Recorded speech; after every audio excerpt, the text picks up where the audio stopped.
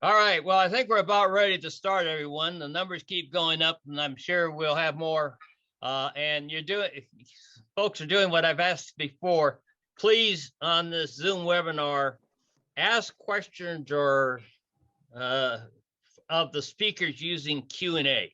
So what we're going to have tonight is Dr. Medhat and Dr. Jack. We're going to both talk back to back. We won't do as we've been doing, where we had a speaker talk and then take question and answer. We'll have both of them talk about Varroa mites and oxalic acid issues and so on. Medhat's going to give you a bit of an overview, and Cameron's going to give you some really up-to-date, interesting news information from his PhD thesis work. So that's really very current. What I'm going to ask tonight is use chat for where you're from, or if you have a problem logging in, or your howdies and all those, put those in chat and put your questions to the speakers under the Q&A. So chat for the either have a problem or your howdies or type of thing is on Q&A for the questions that will be asked of the speakers. So the speakers will speak first, both of them. And then at the top of the hour, we will come back and both speakers will be here. And Dave Wick, who is sponsoring this conference tonight from BVS Inc., will be the moderator asking the questions of the speakers. So it's my pleasure to introduce the speakers tonight. First up, we've got Dr. Medhat Nasr. He lives up there in Canada, in Alberta, just north of us. And he and I have known each other for a long time, comparing notes on things that, not only about general bees and so on, but we were both looking at alternatives to cutting out bits of brood to survey colonies for hygienic behavior. And he came up with his cryo freezing, or using liquid nitrogen to freeze a little hockey puck. Or he had actually what was it, butter dish or something that Medhat that you were using to focus the cold on the brood. Anyway, Medhat is probably the pioneer in oxalic acid, particularly the vaporizing systems and so on. So we wouldn't be talking tonight, I don't think, about oxalic if it hadn't been for the groundwork that Medhat laid. So Medhat, I think it's up to you. I see you got your slides. Are you going to turn on the video for me? Okay, Chris, can you turn on his video?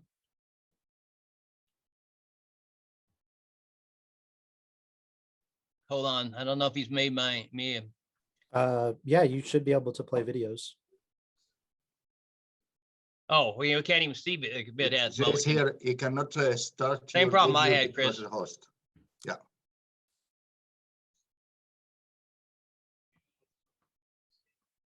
And Chris, can you make me a co-host?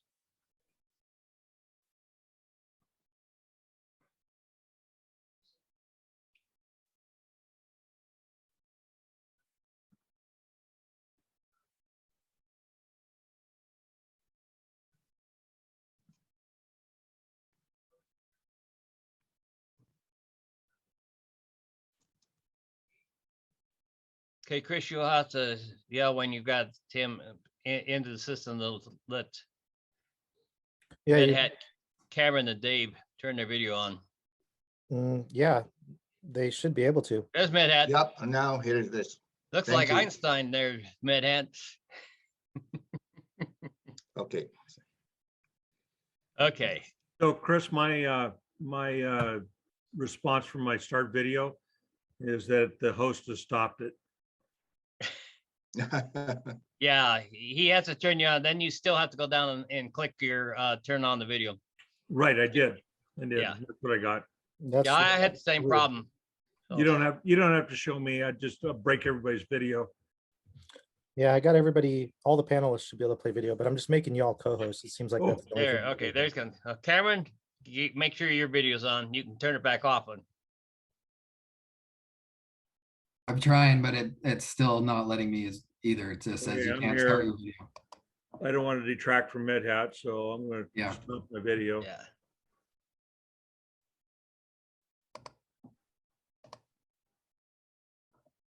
Oh, There he we go. is. Okay. Here's Dan. Thanks. All right, Medhat, I think we're good to go.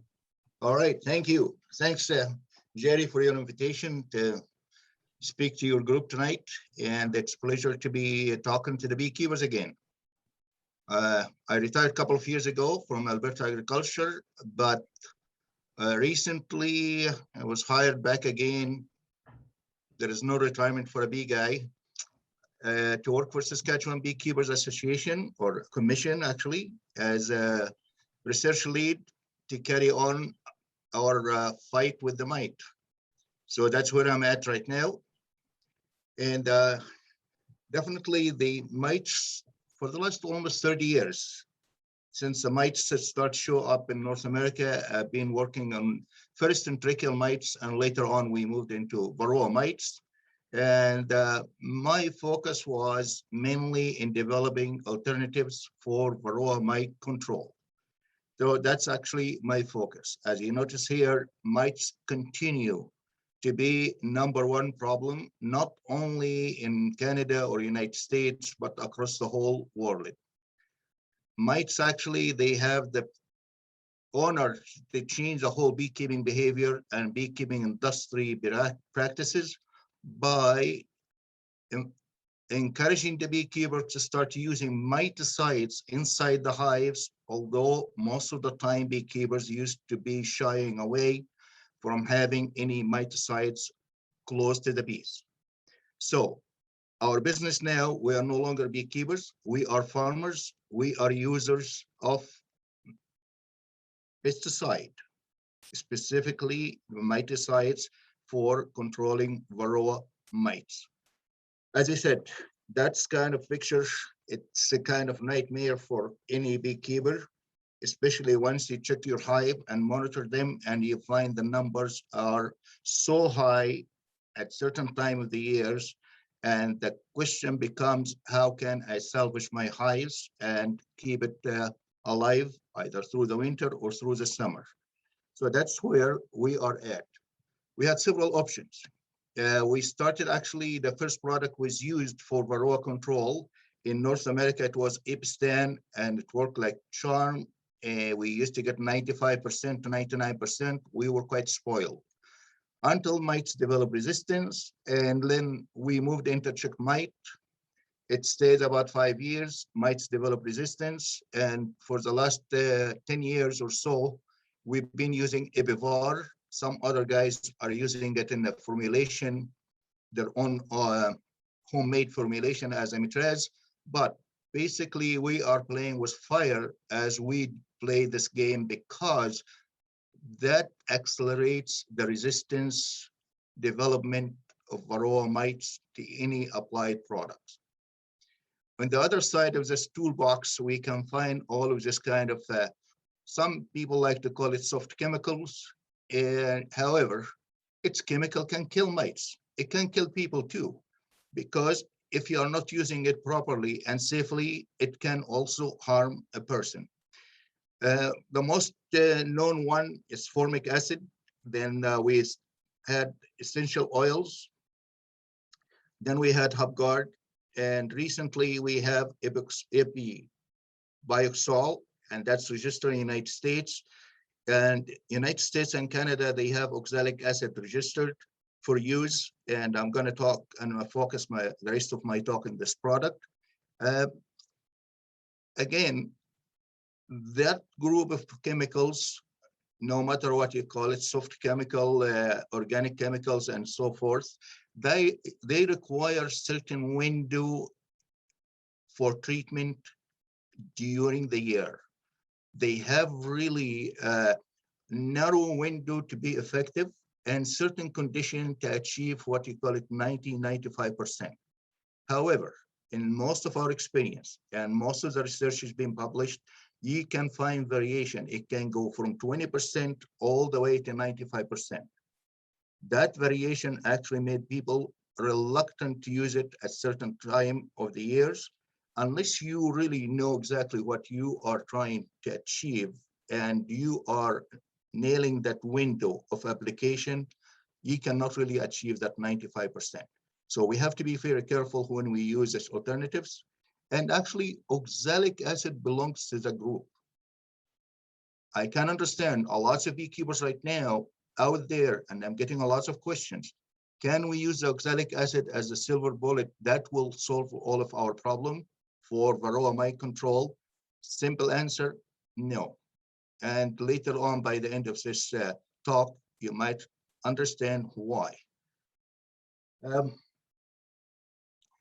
So once we start talking about acids, you have to be really careful. No matter what kind of acid we are using, it can be harmful to the applicators. I love the fact our beekeepers like to save the bees, and they ignore the fact of using all the safety gears to protect themselves first from the acid, including oxalic acid or formic acid. So we have really to pay attention to the label and follow all the instruction about the safety of the use of these products. Don't expect if you can get away for one application or part of the application and you did not suffer from any damage. Actually, it has cumulative damage. It can cause some health issues in the long term, especially with oxalic acid and the kidney. So that's something you have to consider whenever you apply oxalic acid. Follow the safety instruction on the label, please. Oxalic acid as a molecule is a small one. Actually, it's found in a lots of vegetables. And some guys, they say, well, if it is found in the vegetables, you know, it's not going to harm us. Actually, the way it is already found in the vegetables or some fruits, it is in a way, the body can digest it. However, the way we are exposed to it, when we use it as a miticide, it's entirely different from the way it is already being found in the fruit and vegetables. That oxalic acid, actually, it comes as crystals, and it has 2 molecules of water. And that's quite important to understand this part, because as we start using it for sublimation, we can see some formation of different, from solid to liquid, and later on we fumigate it as sublimation. Some guys, they like to call it vaporization. It doesn't matter at this time. Let's call it just solid, liquid, and sublimation. I like to use the proper term, sublimation. Solubility in water, or actually in sugar syrup, it cannot really go above 10%. That's at how much it is soluble in water. That's why in recent research, they are finding actual alcohol, it's much better for solubility. And some guys start using glycerin, and that's different kind of application. I might touch on it at a later time. The dehydration or melting point, it starts at 104 to 106 Celsius. And Fahrenheit is about 220 to 223. And that also quite important here, especially once you get to sublimation. It's about 157 Celsius to about 190 Celsius. That's the sublimation point, which now it gives me a range about 315 to 375 Fahrenheit. And the degrees here is quite important, and keep in mind that's 315 to 370. Especially when to start talking about sublimation. In fact, the first people start using oxalic acid for mite treatment, it was in Germany. And I met this person actually during one of the meetings, Thomas Redisky. And at the time in Germany, they would start applying the oxalic acid as a spray. About 3%, and you spray it on each side of the comb. And at the time, they were achieving high percentage of kill. Then it is evolved into drenching in 1998. And after that, it became very common in Europe to use it as drenching. And still actually the most common way of applying oxalic acid in Europe is drenching. Thomas actually was quite interested in evaporation or sublimation of oxalic acid. And he did a lot of research in that area. And that's the time actually I became also interested in the sublimation of oxalic acid. So actually he gets a credit for introducing me to the oxalic acid, as well as Tony Imdorf from Switzerland. And that's the time I went to Europe and I tried to learn the technology, how to apply it in bees. Then I came to Canada and I started working in that area for a while. Later on in 2016, we start seeing what we call it oxalic acid strips. So we are kind of evolving from one application to another application. And the most common application at this time, the drenching and sublimation. Strips is still under experimental procedures, and we haven't came up with a proper way of doing it. I understand Randy Oliver has been working in that area for quite some time, but still requires some extra work, and some laboratories, actually in Georgia and other places, they are trying to look into the use of the strips. Just to give you an idea, number one, actually, it was spraying the combs. From day one, as soon as I saw this one in Europe, actually, I said, no, it's not going to work for us. I'm dealing with commercial guys in Alberta at that time when I was working for the government. We had 300,000 hives.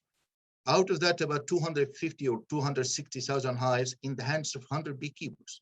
So I am not expecting those commercial beekeepers, they are going to get every single frame occupied with bees and sprayed. That's right from day one. I said, no, that's not going to work for us.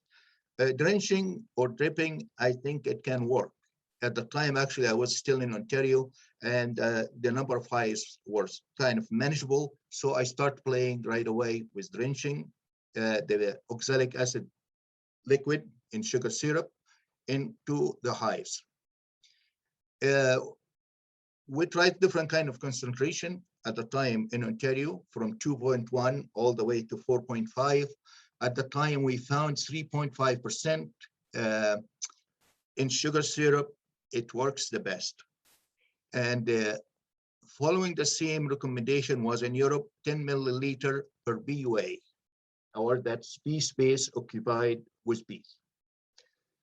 As you notice here, we use a syringe that will give us the 10 milliliter.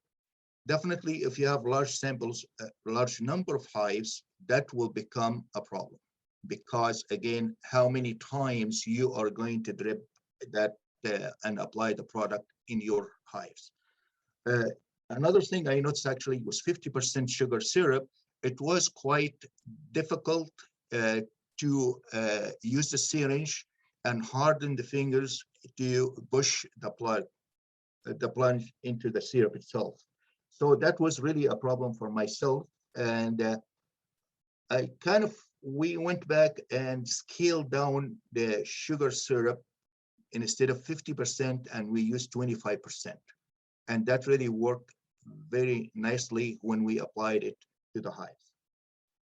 One thing I noticed actually, most of the European and all of the literature which I reviewed, it was 95% you can achieve efficacy of 95% when you apply 10 milliliter per BUA or space occupied with bees, maximum 50 mils. When I tried this work in Ontario, all the time I get from 50 to 70%. I never achieved that 95%. Actually, it was a good reason for me to go to Switzerland again and see what did I miss in the instructions and reading the papers. As soon as I arrived to the lab and I asked Tony to show me how he does it so he can achieve 95%, we prepared the oxalic acid in the lab. Then he said, okay, let's go to see the bee yard behind the building and we'll apply it in front of you. He was laughing at me. He thought like, I'm crazy about it. Then as soon as we went out to the back of the building, I saw the hives actually single box. as soon as I saw the single box, the light came in my head. I said, yep, now I understand why I'm getting 50 or 70%. He said, what? I said, most of our hives are double brood chamber. Therefore, maybe when I apply the acid in the top box, it doesn't reach the bottom box. Not all the bees will get the material in their body. That's why I'm getting really about half of the efficacy you are achieving here. And he said, that's really good point, Medhat. Why not you test that?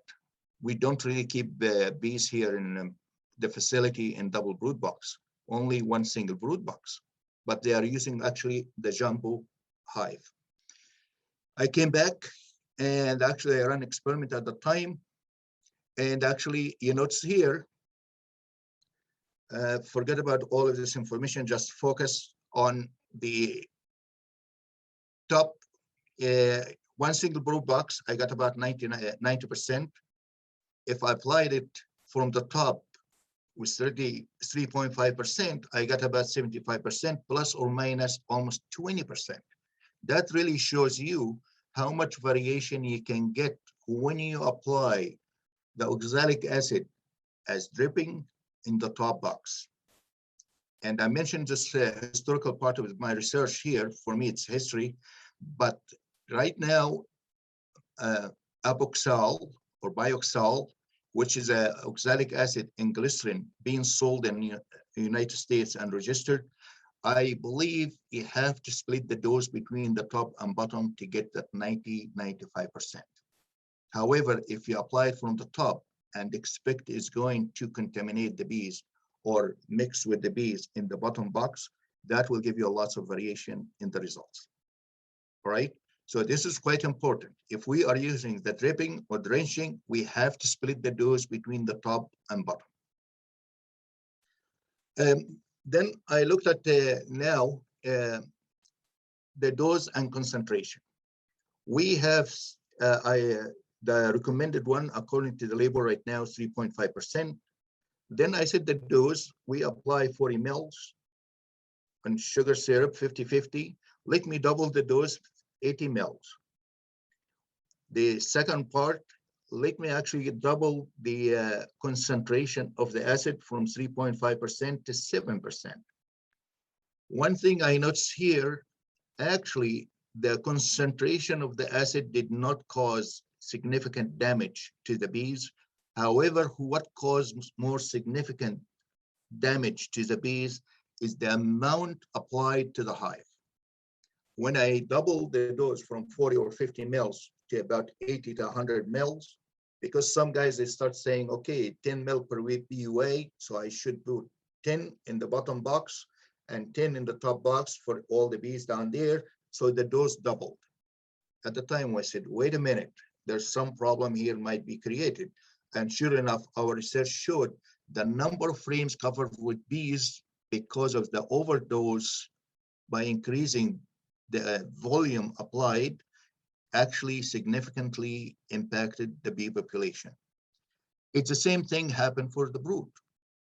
So that really gave us some indication or early indication. If you overdose the hive by applying too much of oxalic acid, you might impact the bee health and reduce the number of frames of brood, reduce the number of frames covered with bees.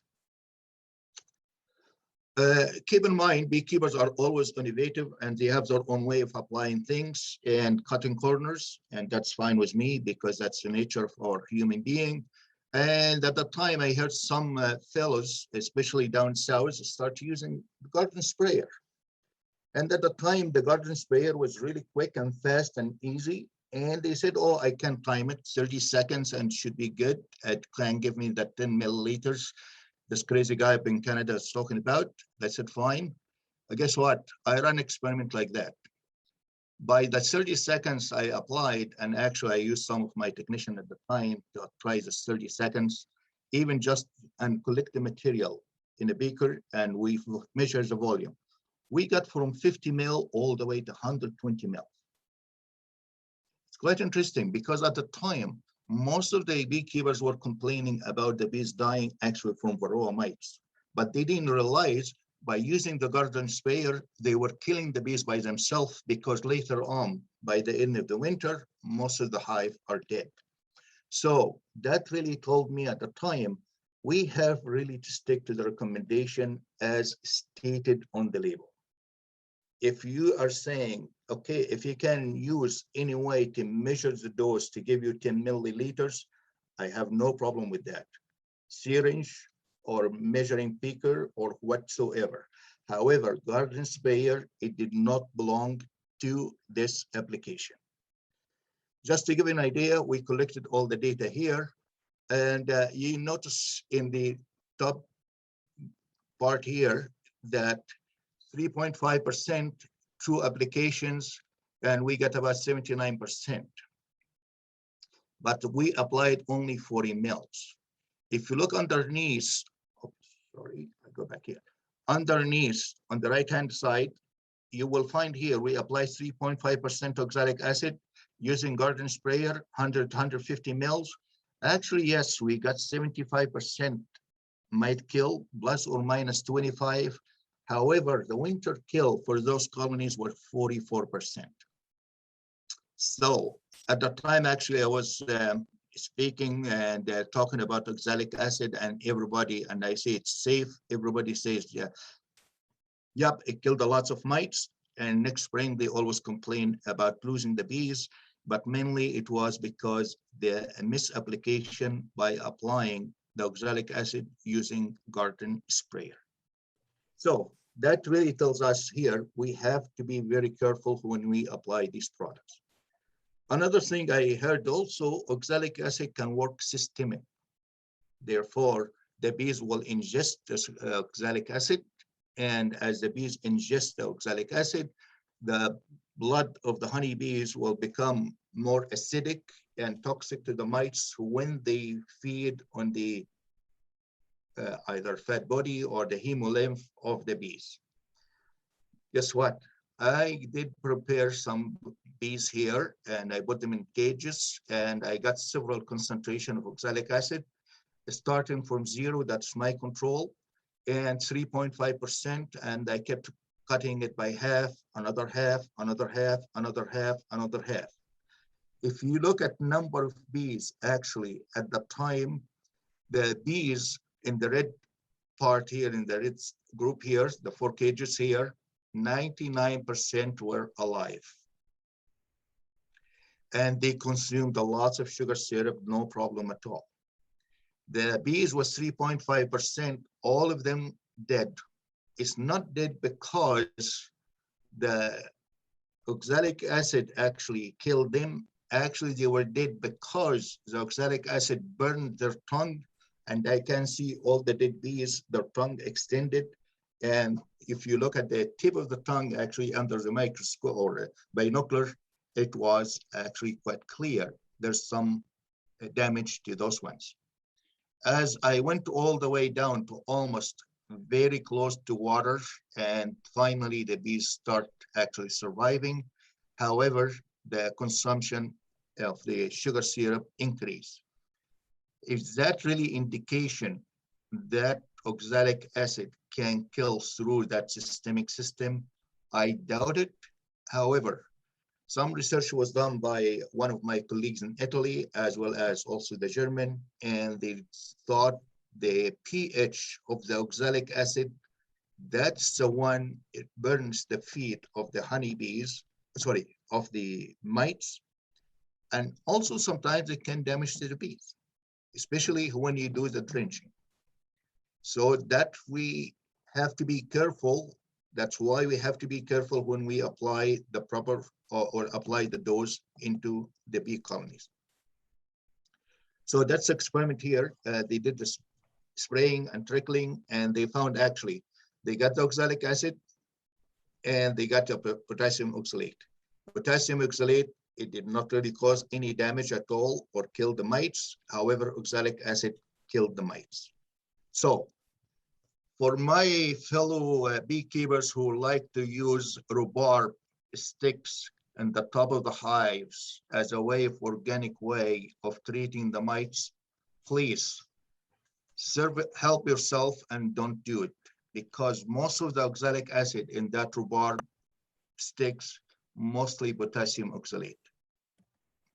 Okay, so that idea, I put that stuff and more mites died. Those mites which died and were in the sticky boards, that's because of the old age. It's not because the exposure to the oxalic acid and rhubarb sticks in the top of the hives. Now, just I'm gonna sum up this treatment because still being used. And as I said, right now, some guys they prefer to use the drenching. 35 grams per 35 grams per 1 liter, 50% sugar syrup.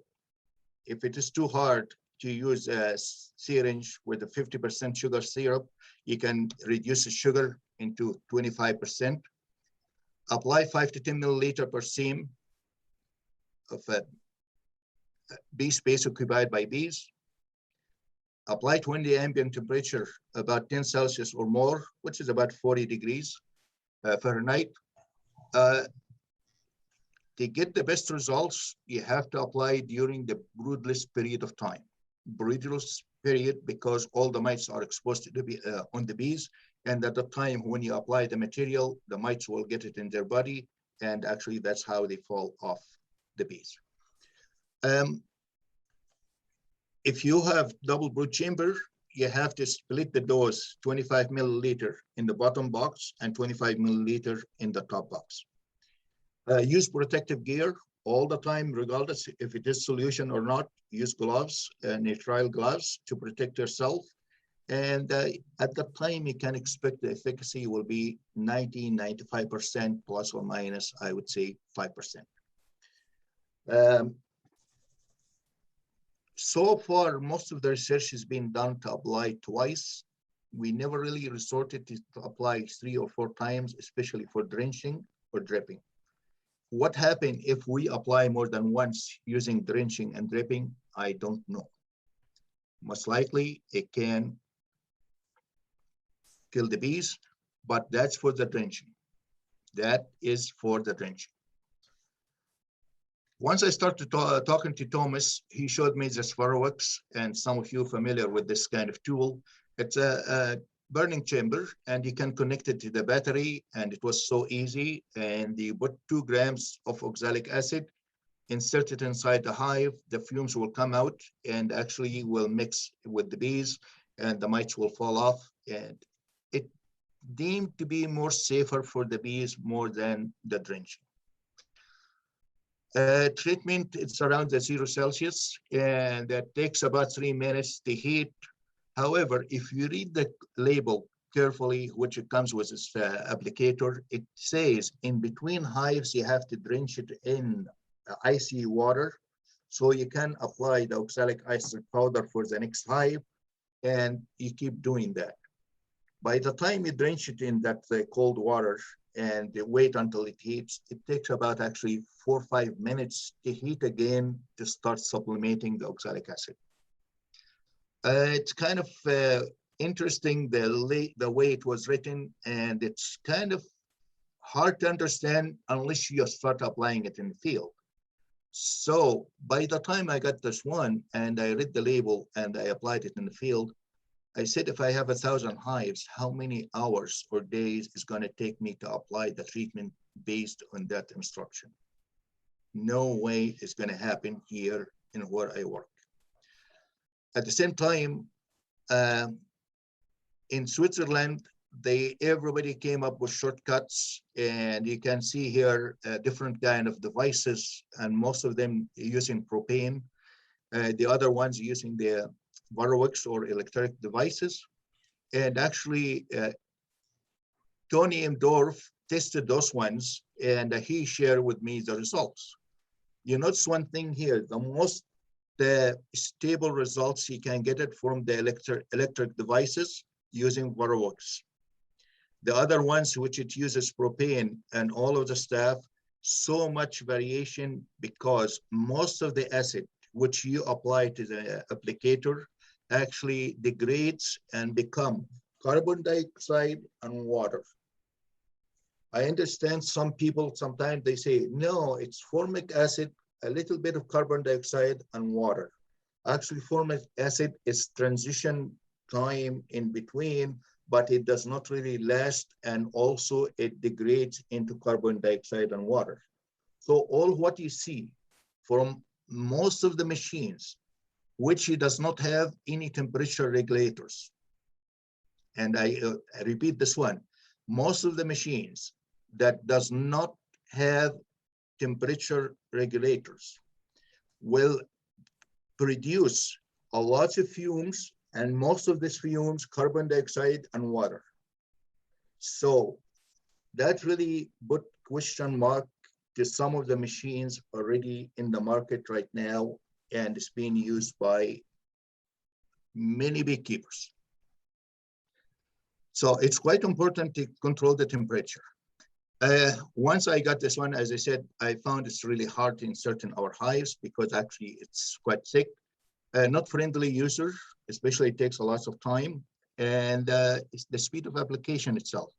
Another thing I noticed here, you notice was one of this machine in the middle, it start burning some bees because it's touching the bottom of the frames. And at the time, I start smelling like barbecue smoke coming from the hive. I was so concerned how many queens can be killed accidentally. So that really drove me to develop the first machine of applying the oxalic acid from outside using electric devices and temperature controls. You see this machine here, it was actually produced in Alberta for quite some time. I have some commercial guys start using it. And at the time in like about 2007 and 2008 or 2010, we started even developing oxalic acid tablets to go with the machine. So that was really the first idea how to apply the oxalic acid from outside and insert it inside the hive using a computer fan. And you see it in that green structure here, that's a computer fan. And we adjusted the speed of the fan not to blow the air all the way inside, to break the wings of the bees and blast the bees with this big stream of air blast going inside the hives, like what we see in some of the machines right now in the market. However, we used only the oxalic, the computer machine fan. Now, we tried this one as wrapped hives, and we found out in wrapped hives, actually, we were able to achieve about 94% plus or minus 7. So that really told me applying the oxalic acid fumes from outside into the hive, that really was effective and saved us a lot of time and achieved our goals. And okay, I'm using something here. Yeah, we tried the dose at the time. Actually, when I talked to my European colleagues, most of them agreed 2 grams per hive. And actually, I thought like 1 box, it is 2 grams. Should I divide it into 4 grams? Then I came here and I tried 1 gram for 2 boxes, 2 grams for 2 boxes, 3 grams and 4 and 5. Sorry, the shift here of the graph in the bottom. However, I did not really find any significant difference between 2 and 3 and 5. However, was 1, it gives me about 70% plus or minus 15. I said, stay away from 1 gram, stick with 2 grams. So we are now recommending 2 grams for 2 boxes of bees or 1 single box of bees for sublimation. This is the work from Germany shared by Thomas. And again, we agreed about the same results. You can notice here, 0.5 gram, 1 gram, 2 grams, 3 grams, 5 grams. And there is no significant difference between 1 and 5 in his case. But again, we are sticking to 2 grams per hive at this time. For Thames vaporizer, as beekeepers sometimes lose patience, and especially if you have a lot of hives and you want to do it fast and quick. And that's what you can see nowadays. Some of you familiar with that applicators. Look at the dose right now, how much is being applied, God knows. Now you have air blaster to blast the whole thing inside the box. Now he will turn on the air. Okay. How much is applied here, guys?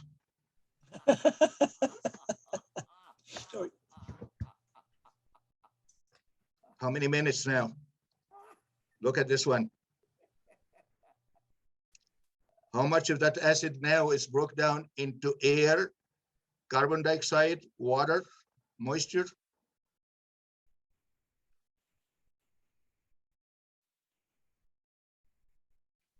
It's almost like we're gassing the hives with all of the stuff here. And later on we complain, oxalic acid doesn't work. Is it following any rules based on what I explained earlier on about the acid itself? Temperature, heat, how many grams per hive? Now we are looking at the smoke coming out of the hive. Imagine yourself, you are a bee inside this box. I think you can survive that because there's no oxalic acid in there. All right. Welcome to Cutting Corners. Okay, let me see what happened here. Oh, okay. There is another one here, actually. I like the music here, the background.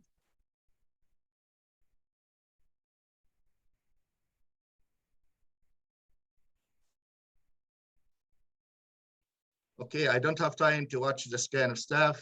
Let's move on. So 2 years ago, I was down in the States doing a project, and at the time I was introduced to ProVap. I was really impressed with the way the ProVap was designed because, again, it did not use any air. It used the volume and the heat of the temperature that can create that air pressure with the oxalic acid fumes going inside the hive. As you notice here, I use my tablets as on the caps, so I can push it against this one. I think this one, they call it easy applicator or easy acid. I forgot the name, but the same technology, same situation. So actually at that time, the only thing I have questioned about the temperature was really at 240 Celsius. That tells me it's 40 degrees above the highest temperature for sublimation. So how much of that oxalic acid actually being is still intact and how much of it degraded, I'm not quite sure. However, I was quite impressed. The only thing I had to apply, I had to apply the acid 3 times or 3 application to achieve that 95%. And that's after actually the brood was gone. So I came back to Alberta and start thinking, why not we make a hybrid between my old machine and that ProVap? So we created another chamber here. It's no longer copper, but we made it out of aluminum. We put a cap in it and we put the valve. So that way I can use the tablets. I dropped 2 tablets here. They are 2 grams actually. And as you notice here, the fumes comes out. Let me show you this one, how much the fumes can be shoot inside the box. Without any air pressure or any air compressor or anything. That's good enough actually to provide the exposure of the bees to the oxalic acid and the mites will drop. So that's a new machine. Actually, I developed here over the first year of retirement. And later on, one beekeeper approached me and he said, Medhat, would you like to try your machine here in my operation? He has 5,000 hives and we got about 4 machines. Each day we were applying the acid for 500 hives. As you notice here, the machine's working. And Actually, this picture, I got it the other day from one of the guys who's working this operation, and he sent it to me just to show me how much acid is going inside the box. This year, actually, we modified this one and we created a little bit more friendly user machine. And that's a new version of the one we developed recently. So far, actually yesterday, I just forgot to add here, he sent me sticky boards with about 5,000 mites dropping out of one hive. And he said, Medhat, whoever says oxalic acid sublimation doesn't work, you can show him this one. I can show it to you later on. So speaking about oxalic acid sublimation, oxalic acid sublimation is very safe for the bees. It must be, the temperature must be controlled, the dose must be controlled, and the degradation of the product should be controlled. Don't expect, as you see fumes coming out of the machine, that's active ingredient can kill the mites. Number of times, now we are seeing a lot of beekeepers, actually some of them sent to me data, 10 applications in the hive, once every 4 to 5 days, hoping they can kill 95% of the mites. My question to these guys, please market these hives. I would like to hear from you next year. I have no idea how many times the bees can take that abuse or that application 10 times. Second thing again, as I said, we now have these tablets, which really help a lot of beekeepers to control the dose. They can apply 2 tablets per hive, which is basically 2 grams. Overall, oxalic acid sublimation can be a viable treatment. It has to be used judiciously as required. Don't overuse it because you would like to get the last mites on the bees killed. You will kill your bees before you kill your mites. And I think I will stop here.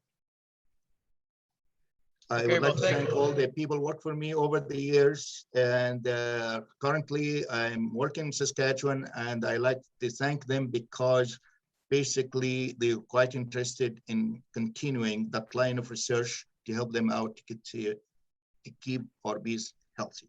Thank you again. Thanks, Medhat. That was very informative, and I'm really intrigued by your newest system that appeals to me because I've had some of the concern, that you mentioned. So I'll be anxious to actually see one of those, and maybe next year when we have hopefully our WAS conference in Montana, you can bring one of those down and we can try it out. So thank you very much for laying the groundwork here. I see we got Cameron online. He's even got a halo around his head. So I do. I got a halo. I should have turned that off. But anyway, Cameron's from the University of Florida, and I think some of his recent work and so on is going to be a great complement to what Medhat has been talking about. So thanks, Medhat, for laying the groundwork here. Cameron, turn it over to you. Can you see my screen? I just tried to share it. Okay, I see you're you're not in view mode yet. I've got you gotta go to slide screen, I think, and turn on the start from the beginning. I mean, you got the program up, but I'm not seeing the. Well, I can't actually. It doesn't show me that it's up at all. Oops. Hmm. All right, try this again. Let's try this again.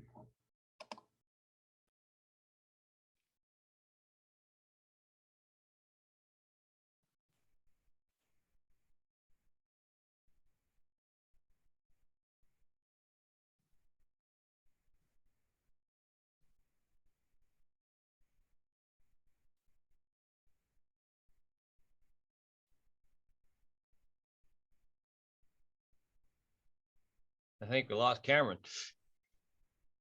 Chris, are you on? Yep, I'm here. I don't see him at all.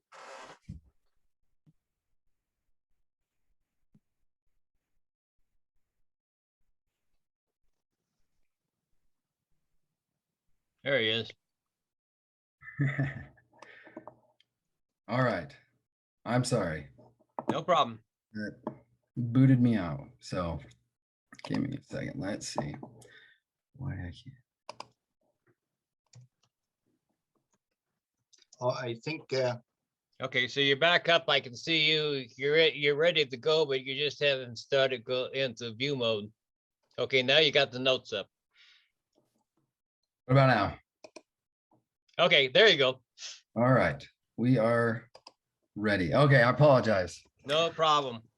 I always had I got multiple monitors, but I'll tell you, every time I use this thing, it switches which one it thinks the primary monitor is, and so on. I have to ask, "What are you seeing?" So I know you'd think after a year and a half of COVID, we'd have Zoom pretty well figured out, but there's always there's these always little- those things. All right, Kevin. All right. Well, I'm happy to be here. As Jerry said, I'm coming from the University of Florida. I'm an assistant professor in the Honeybee Research and Extension Lab here in Florida. And I'm originally from Nevada, Southern Nevada. So I'm always happy to take any opportunity I can to speak to my fellow beekeepers out west. And, you know, Medhat laid a really great groundwork for what I was going to talk about. Maybe we should have talked a little bit more and coordinated, because we're going to cover a bit of the same things. One thing I wanted to say, you know, Medhat mentioned in his presentation that, you know, some people call it vaporization, some people call it sublimation. You know, I'm one of those that have kind of been pushed from other chemists that have said, no, this is vaporization because it turns from a solid to a liquid to a gas. And then there's the other, I'm hearing it on both sides. So I kind of defer to the people that know more than me. So we'll call it sublimation for tonight. I don't know. But semantics, really. It's the same thing that's happening. It's turning, as Medhat explained, we're going from a solid to a liquid to a gas when we're heating up oxalic acid dihydrate. All right, so we don't need to go into too much detail here. Obviously, we know we're all here for the same reason. We want to control this devastating pest that is really the scourge of the honeybee. That's frustrating us all to no end.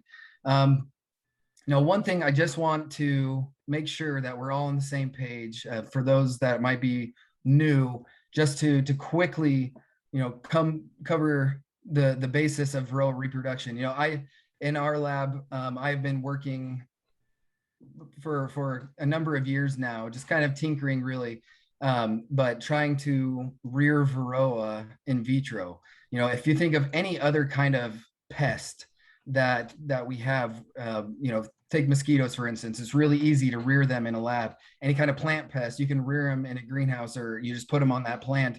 You have those insects reproduce, and then you can do some high throughput research kind of year round. And there's nothing that really exists like that for Varroa. And it's just so frustrating because their reproduction is so closely tied to the honeybee biology. It's very difficult to recreate that in the lab. And there's so many cues that, you know, that are involved in Varroa reproduction that it's going to take us years, I think, still to be able to really be able to culture Varroa inside of a lab. But basically what you've got a female foundress who's entering a brood cell. Once that cell is capped over and that pupa or pre-pupa stands up on end, the mite is going to start laying in eggs. She's going to lay a male. She's going to lay subsequent eggs will develop into females. That male son and female daughters are going to mate.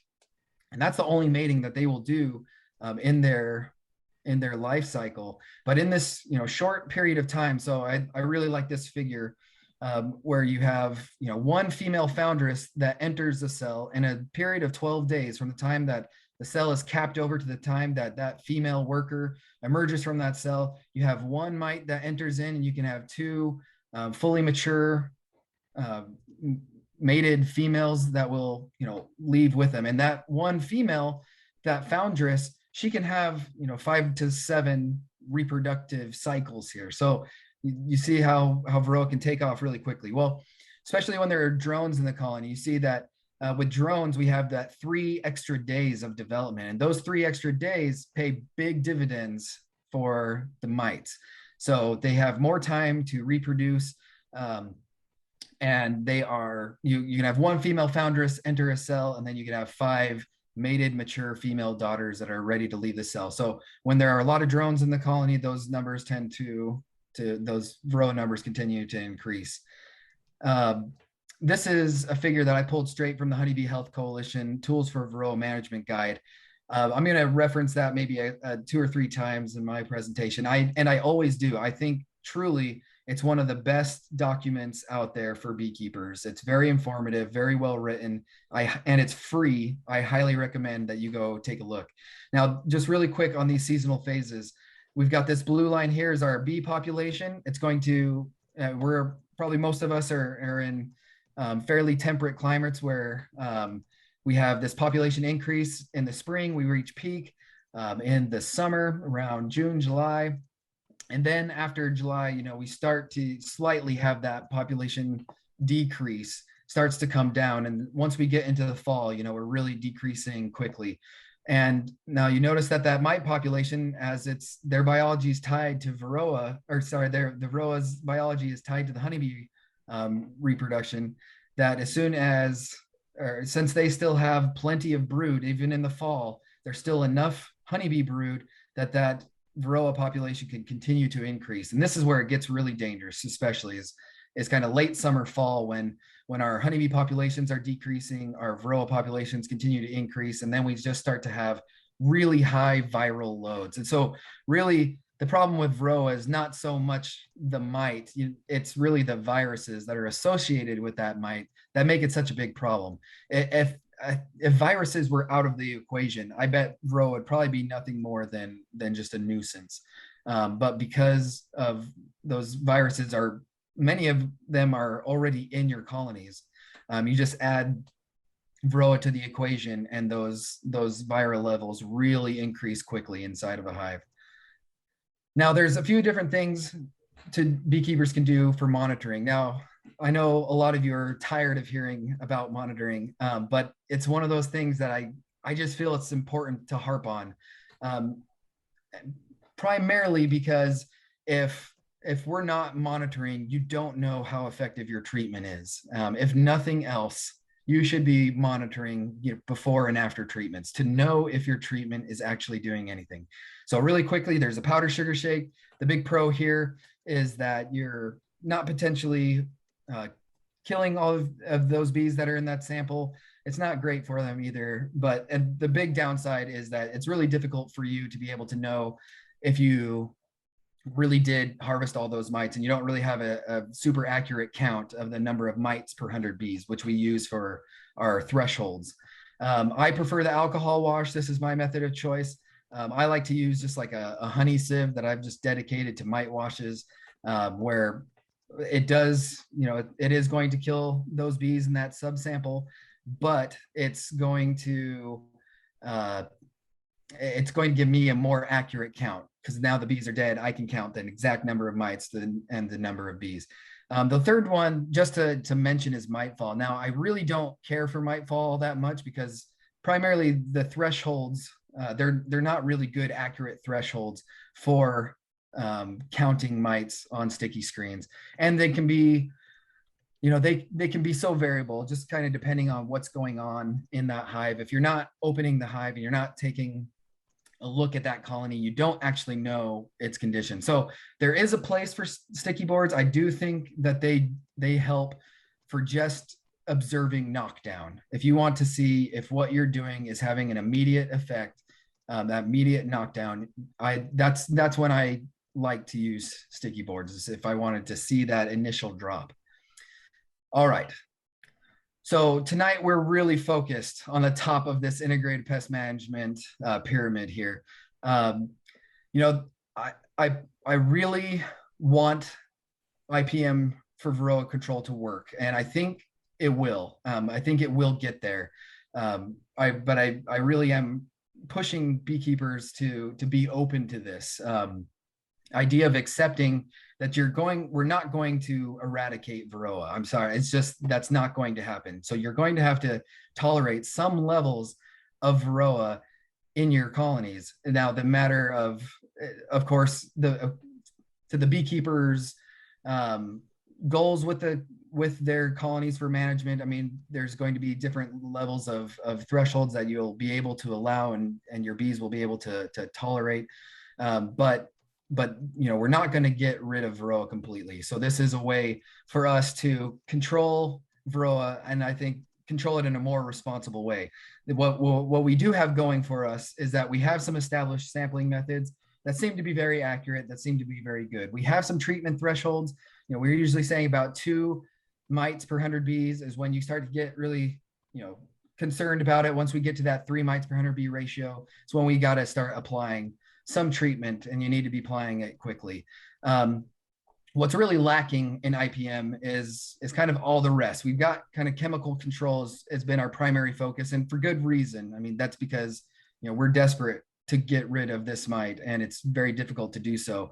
With cultural controls, I think of that as like breeding and breeding for resistance efforts or hygienic behavior. And I feel like that definitely has a place, and that has a lot of value. And I'm surprised that more beekeepers, I get that the financial constraints and there's definitely issues in this area, but I feel like it's a good novel or important effort. And I feel strongly that beekeepers should take more advantage of bees that are bred for reducing Varroa in their colonies. Mechanical controls are going to be things that are actually physically removing those mites. So things like drone brood removal or drone trapping, or as an example. Biological controls, there's really just not a lot out there. People have tested quite a few things. I will say this, things work really well in the lab, right? But then once you take it out to the field, it's not always as effective. And biological controls is a good example of that, where we can find lots of things that want to eat Varroa. We can find lots of things that want to kill Varroa, but once you put it inside of a honeybee colony, it often doesn't work. So then we're at the tip top of this pyramid with the chemical controls, and you see that organic control chemicals are slightly under the synthetic chemical controls. The main reason for that is just because synthetic chemicals don't break down as easily. They will tend to last for a long time. Many of them are very lipophilic. They're going to stay in the wax. The bees, the mites become exposed to them for a long period of times, and it could potentially cause some issues in the overall colony health with sublethal effects. You don't usually see that with organic chemicals because most of them are water solvent. They will degrade very quickly, and so you just don't see that same buildup. To that point, you don't often see the same level of efficacies as a really high functioning synthetic, at least, but we also don't have resistance to the organic chemicals, and that's a really important point to make as well.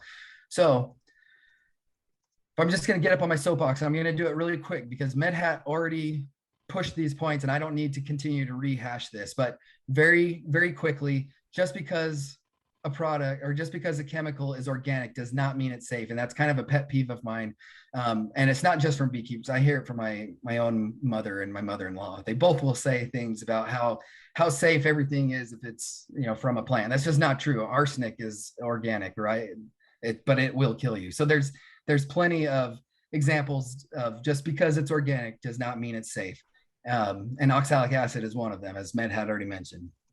The other thing is the label's the law, and this is tricky. I'm a beekeeper too. I mean, and I come from a family of beekeepers. Like, I get it, right? I get that we're out of many options, but what I feel is really important is that we are working harder to change the label, and so those are the kind of feedback that we want to hear from people. If products aren't working, those are the kind of things that we need to push to have that label changed. And as Med had also mentioned, there's not a silver bullet for Varroa, and there won't be. I'm very confident that we will not find a silver bullet. It's going to require us rotating chemical treatments and being smart about this. As I said, or the nice thing about organic chemicals is they tend to break down quickly, and at this point we don't have mite resistance to organic chemicals. Well, I can tell you, if we're all using it over and over and over and over, it's eventually going to happen. Okay, so rotating chemicals is something that's really important. Oxalic acid, as Medhat mentioned, has been used for a very long time, but has only been recently registered kind of under an emergency permit in the United States in 2015. And Medhat talked a lot about the research that he has done with trickling, which is by far, been historically the most common method of application. But really, most people these days, at least the ones that I talk to, I feel the majority have started to move towards vaporization, and this is something that is kind of frustrating to us beekeepers, is that the current label states that the 1 gram of oxalic acid is the legal limit for each brood chambers, 1 gram per brood chamber. Now, about the same time that this emergency permit was made, there was also some researchers in the UK that published a paper that showed that about 2.25 grams was what they found to be ideal for vaporization. And Medhat also had some data that he presented that showed that, you really need to go higher than 1 gram. It needs to be, somewhere between 2 to 4. But, I felt that there was a bit of information, still missing to be had, especially in our region in the Southeast United States. So I wanted to do a little bit more with oxalic acid vaporization. And one thing that, we were hearing a lot from beekeepers, especially our European colleagues, was how they would incorporate brood interruption during the summer, where they would cage their queen for 2 to 3 weeks. I mean, they were doing it long enough to really get rid of all the mites, all the honeybee brood inside of a hive, and then they would blast them with oxalic acid. And the idea being, if there is no capped brood anywhere inside that hive, then there's really nowhere for those mites to run. They're going to be on the bodies of the bees, and they're going to be exposed. So the idea is that in one fell swoop, you could come in, treat with oxalic acid, and knock down a bunch of mites all at once. So we wanted to test this. So this project happened a few years ago, where we used artificial brood interruption to control or to at least eliminate the brood inside of our colonies for about 3 weeks. And then we applied oxalic acid vaporization. And of course, we wanted to see what this was going to do to the overall colony health. So the way we set it up was we actually started with 70 colonies. So here at this table, you can see we have 10 colonies per group. And we either caged the queen, so we either caused that brood interruption, or we did not cage the queen, and so the brood was present inside those colonies. And we either treated it with a 1-time application, or we did it a 3-time application. And we used, at this point, we were doing the legal limit. We wanted to see if this was effective. We had a hunch, and we heard a lot from beekeepers that it was not, but we needed some good data that we could, take to the EPA and advocate for a label change. So we stuck with that 1 gram limit. And then we also had a couple of groups that did not receive any oxalic acid at all. And we also had, just for comparison, for the industry standard, we also used Amitraz via Apivar, just so that we had something to kind of compare it to. So this is, I'm taking this whole big study and I'm boiling it down into basically one figure, just some way to explain this quickly. But this is kind of the quickest way that I feel like I can explain our results. And what we're looking at here is the number of colonies that survived at the end of this 3-month experiment. Now, I hate showing this figure because it makes me look like a really bad beekeeper because we had so much colony mortality. But really, I mean, this is an effect that we see, especially in North Central Florida. We see this year in, year out. Just when you are not treating for Varroa, they will die almost on a yearly basis. So now our first group here, so this is where we had 90% mortality. So we only have 1 out of 10 colonies survive. And this is the group where we just caged that queen. So when we're not applying any chemical and we were just caging that queen, this was not an effective treatment for us, at the time that we did this experiment. Slightly better than that was just treating once and caging the queen. If you did not cage that queen, we even had slightly higher survival. And we see that exact same pattern when we do the 3 times application. You see when we're treating 3 times, we're getting higher survival. So we're having more of an effect on controlling those mites. But really kind of the shocking things here is that you have this Amatraz group where we didn't lose a single hive. They looked great.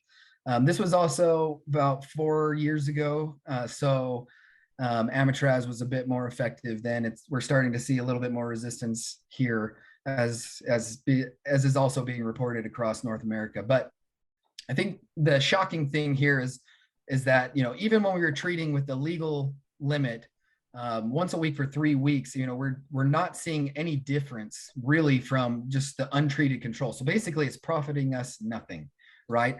What I don't want you to take away is like, well, okay, well, if this is no good, then I'm not going to do anything. Well, I definitely think you need to do something to control Varroa, but it was clear to us that this 1 gram limit, that is, our legal limit, is just not effective. So we decided we needed to go forward. We needed to go find actually what that effective dose with OA vaporization was going to be for us. And of course, since we're going beyond that legal limit, and if we wanted to advocate for a label change, we need to have some good data on, what is this going to do to the overall health of our colonies here.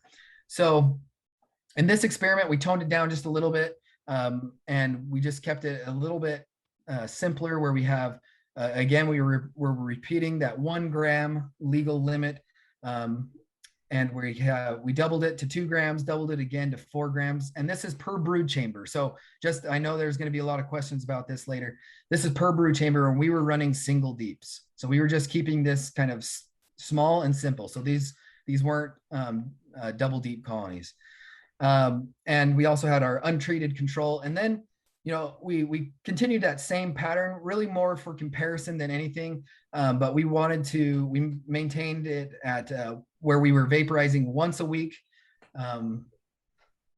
So one time for 3 weeks. And then we were sampling for Varroa with alcohol washes. And we were also using sticky boards just to kind of watch that mite fall kind of in between. And then, of course, we were monitoring for colony strength, using different method, or using a published common method to estimate, colony strength parameters. All right, so I want to walk you through this figure because I feel this is really the heart of this message here. So here we're starting off pre-treatment. You can see that there is a little bit of difference in our colonies. We had some that looked a little higher, but actually when we're doing the statistics and we're comparing them, there was no difference amongst these colonies at the very beginning of this study. And so what we see, if we progress from 1 week through the 3 week treatments, we'll start with this blue line here. This is our control. So this is when we do nothing. And as you can expect, when you do nothing, we had our mite populations continue to increase over this month period. When we go to the 1 gram treatment, as you would hope, we do see a decrease. We see a slight decrease from the beginning to the end. It's not a big decrease, but there is some reduction of mites. At 2 grams, we also see an even more pronounced reduction in mites. And at 4 grams, we see the most significant reduction in mites. So now that's not rocket science, right? We're saying that, the more oxalic acid we're putting in, the more likely we are to kill mites. And I think that's reasonable. Probably most of you could figure that out anyways, right? But what's interesting here is when we're running the statistics and thinking about this scientifically, I mean, we're not seeing any real differences from control from untreated to the 1 gram again. So this fully supports what we had seen the year prior. And it's also some kind of damning evidence that just shows that the legal limit that we're kind of bound to right now in the United States is just not effective at all. And we do see a significant difference from untreated controls to the 2 gram treatment. And we see especially a difference when we're comparing from untreated or the 1 gram treatment all the way to the 4 grams. So we're definitely just seeing significant difference with the more oxalic acid that we're putting in. Now I want to just talk about this quickly. This really isn't important to all the research findings, but I think it's just interesting. This is our mite fall. So what we did is we put sticky boards in these colonies and watched the numbers of mites within a 72-hour window. So right when we treated, we stuck in sticky boards, and you can see, bam, we increase. You see lots of mites that have fallen to the bottom, and that's because we've put in oxalic acid. There's lots of mites in there. And then after 72 hours, we put them in again for another 72 hours. But then you notice that our mite counts are right down at the bottom again. It's right at the same level as our untreated mite fall. When we treat with the second round, again, we see another spike. We see lots of mites that are falling. But then within the next 72-hour period, we see that decrease again. And again, you see it spike and you see it decrease. Well, what's kind of shocking and disturbing is that never at any point after 3 days did we see, our mite falls were the same as our untreated controls. So what that really tells me is that, mite fall is not an accurate way to just measure your mite. So when somebody tells me, and I ask, if they tell me that they're monitoring and I ask them how they're monitoring and they're just saying that they're using mite fall, that I just feel that it's just not a good way to do it. And I feel these data kind of support that. But again, if you wanted to see if your treatment is causing a drop in mites, then there's a place for that. All right, so now we're increasing the oxalic acid dose. Let's see what it's actually doing to our honeybee colony. So what we're seeing here, this very first figure, we're looking at the number of bees that we calculated to or estimated to be in each of these colonies. You see that they started pretty tight. So at the beginning of the study, they were all very similar. But you see a decrease over this period of time. But it's actually uniform for all of these colonies. There was no statistical difference from any of these colonies at the end of the period. And you see this really pronounced decrease in brood. But again, there's not really any significant difference among these treatments. And really, so what I think we're seeing in our decrease of bees and brood is really just an effect of the season. This experiment was done in September, which if you are, visiting, if you've been to or living in Florida in September, it's still summer here. It was low 90s today. It's still here in Gainesville, it was 80% humidity. It was just gross, right? It's still hot, muggy, gross. It feels like summer, but our bees are slowing down at this point. And as we get into October, you see that, drastic decrease. So even though it feels like summer, the bees they're starting to slow down.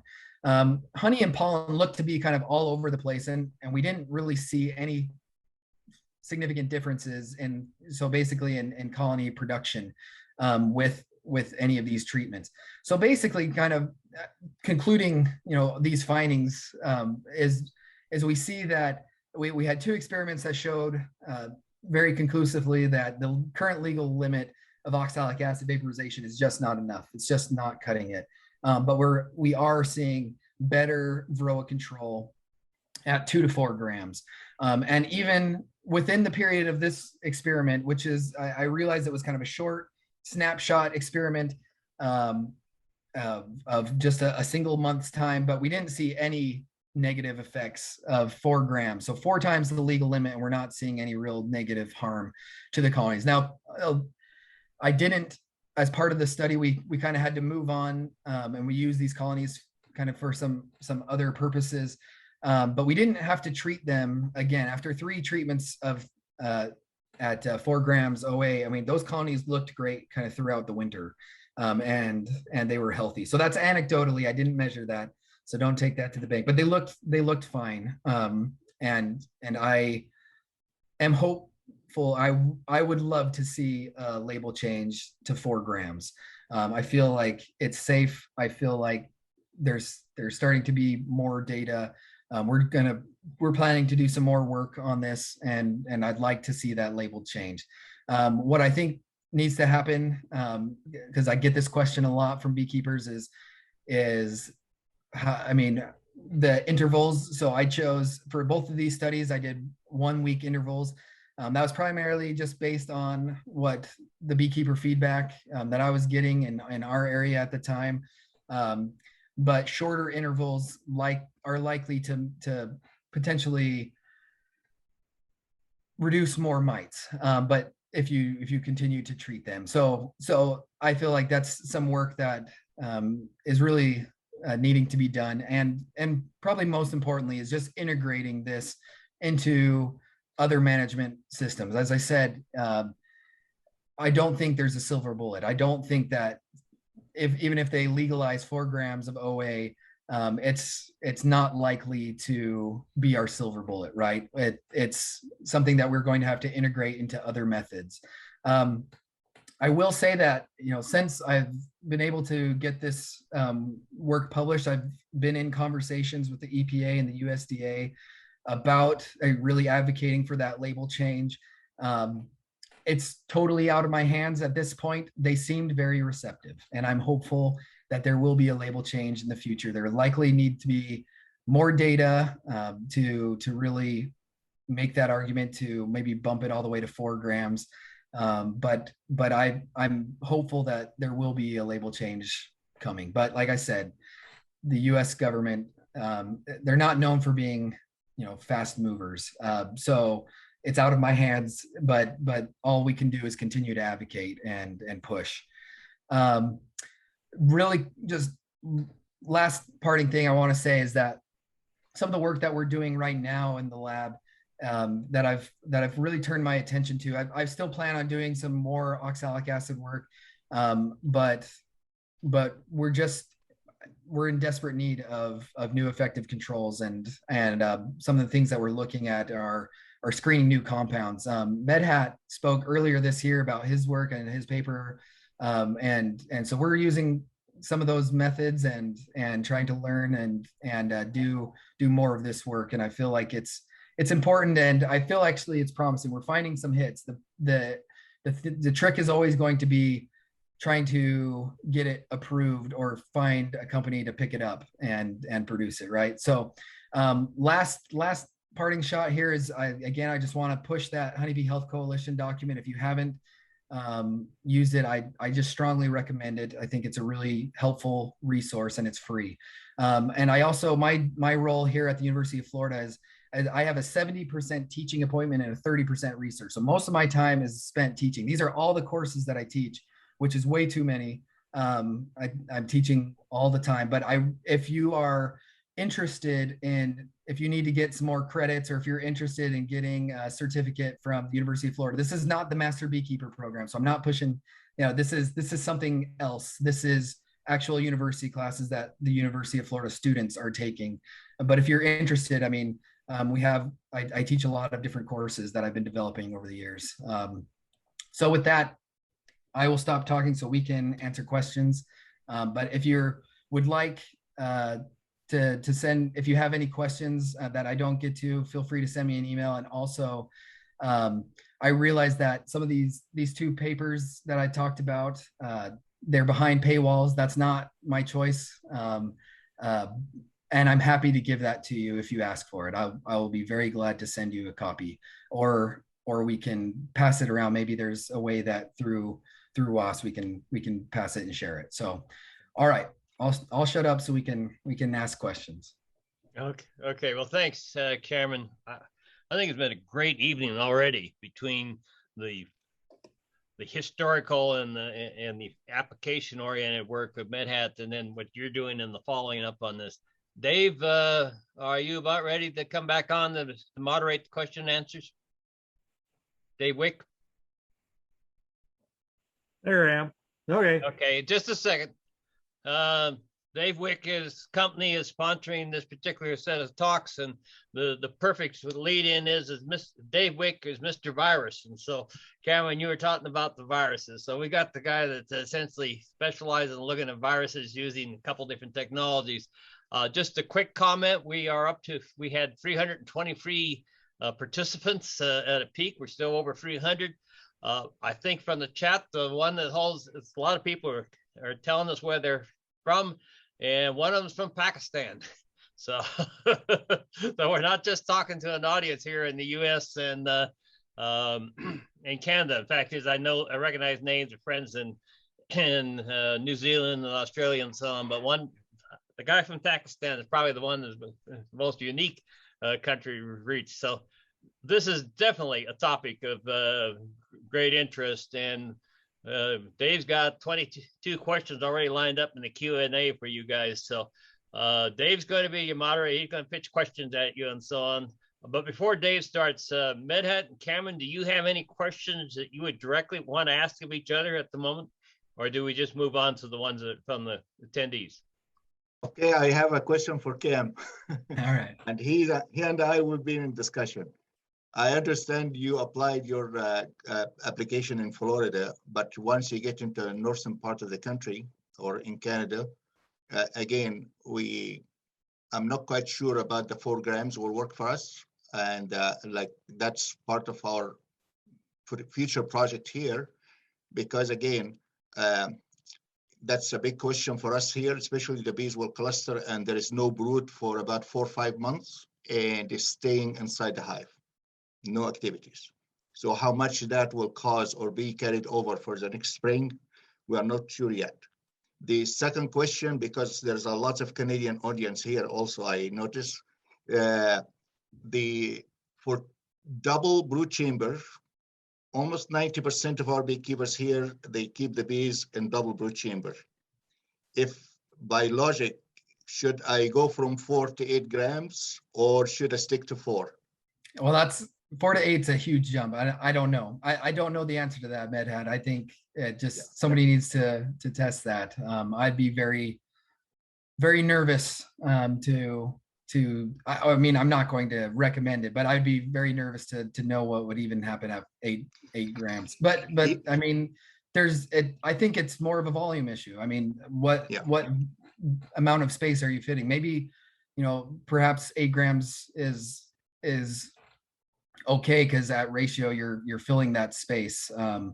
And I mean, from my experience, we really haven't seen it harm bees. Now, from your work that you had mentioned, you had said specifically that beekeepers are spraying, way too much, putting way too much oxalic acid, and they were really burning up their bees.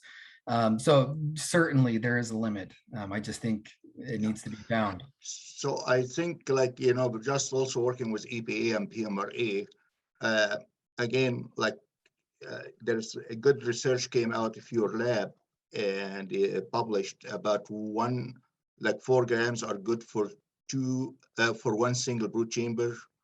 But we would like to have more data across the country in different locations, especially in North, to provide just more safety for the application itself. So once we change the label, yeah, I know exactly what you mean. Changing label is quite hard, but also we have to cover a lot of bases, especially our industry is not standard. I have some guys, they have 3 boxes of these. so in reality, at least the common ones, single or double, but also based on at least a couple of locations, that will help us to have what they call a general idea about the proper dose, and even alluding to that in the label. If you have single, you apply that. I was not happy with 1 gram per box of bees. However, in Canada, when actually we registered the product before yours and we submitted the data to EPA, for some reason, our data and the label, it says 2 grams per box per hive, single or double. In your label, it says 1 gram per box of bees. I didn't know this until about a year ago. So that's kind of like, just to give you some idea and give the audience some ideas about regulation and research and labeling. So Yeah. there is one question out there, Cameron, that came back right on where Medhat was going. Was on your work, did you do 2 grams per brood box? Did you only have 1 brood box, or did you have 2 brood boxes? And did you put 4 grams on, split between the 2 brood boxes? So throughout both of those studies, I really subscribe in my research to the idea of KISS, right? Keep it simple, stupid. I tried my best to keep it as straightforward as I can so that I can make the best, or so I have the best information, I guess, to go. So on both studies across the board, I was just using singles specifically so I could see what would happen in one brood chamber. So I never tested with doubles at any point. So I don't really know, what that answer is. So, and just to follow up, that nobody asked this question, but just in my mind, is somebody other than yourself actively pursuing the label change? Yeah. So some of the conversations that I've had, specifically with other researchers, are at the University of Georgia, University of Auburn, and as well as I just have heard from others that they have written and kind of tried to make their voices is heard from other beekeepers, which I think is actually really important. I think Yes, the squeaky wheel gets the grease, right? Sometimes we have to be squeaky to get what we want. yes. Okay, Medhat, this one's for you, and you said you would like to answer this question live. So recently on a popular podcast, a prominent person in the industry said the vaporization of oxalic acid in a hive causes damage to the bee's antenna. Quote, data showing that vaporizing acids in a beehive damages the bee's nose after a couple of treatments. When I asked for a research citation, they gave a paper that was about feeding bees sugar syrup with oxalic acid. Is there any research that shows vaporization, not dribble, will damage the bee's antenna? And you mentioned something about the bee tongue being burned. Would you like to go ahead with that? The only paper actually was published about dripping or drenching. And they did a lot of scanning to the skin and stuff like that, and they reported some of this damage. However, no such paper was done on vaporization and damage to the bees. But yeah, that's the idea about the nose and stuff like that. I'm not quite sure about the nose, which part of the bee body called nose. Antenna? Well, So in reality, I would like to see that publication, because this is some mess is going around about this kind of situation. And if we don't have data to support that, we have to be very careful. Like, that's why we've been in discussion, like, as researcher like Cam and I, we discussed this before, but I like to bring it to the audience. It doesn't mean you overdose, you can get better results. Definitely are going to kill the mites, but we don't know what happened to the bees. We have really to be judicious in making our decisions and also presenting the data as it says. Absolutely, absolutely. Okay, so can the bees develop a resistance to oxalic acid? Can the mites develop resistance to the oxalic acid treatment? And can the mites do the same? Okay, I can take this one if, and Cam, you can, as I mentioned early on, and colleagues from Europe did a lot of work in this area. Basically, we don't have any mechanism to kill the mites except the pH, like it's like pickling the mites. So can mite develop resistant to pickling? Again, that's a kind of not really foreseeable, but that's something, that's what as far as I know, we don't have any other data to support any other mechanism for killing the mites. Do you have anything on that, Cameron, from your work? So no, I don't see it as being likely, right? And as I kind of had mentioned before, is the nice thing about organic treatments and oxalic acid specifically is it breaks down quickly, and it doesn't tend to last for a long time inside the hive, and so those mites aren't necessarily being exposed to a lot of sublethal levels of oxalic acid. So it's unlikely. Okay. So couple, since you guys are the mite guys, Medhat, what's your opinion of formic acid pads for controlling mites? Well, it depends what kind of formulation you are using now. Like there is one formulation been registered and used in the United States and Canada, that's Formic Pro. In Canada, we are allowed to use 65%, and some beekeepers like to use that, actually commonly used here, as applied in meat pad with, it's called dry luck pad. I developed that research early on in Ontario, and we apply 40 mils. And we have some research published already showed 40 mils, it can be effective to give you from 70 to 90%. And the last paper was published, it showed you can double the dose in this early summer, late spring, early summer, and actually gives more consistent results all the way up to 90%.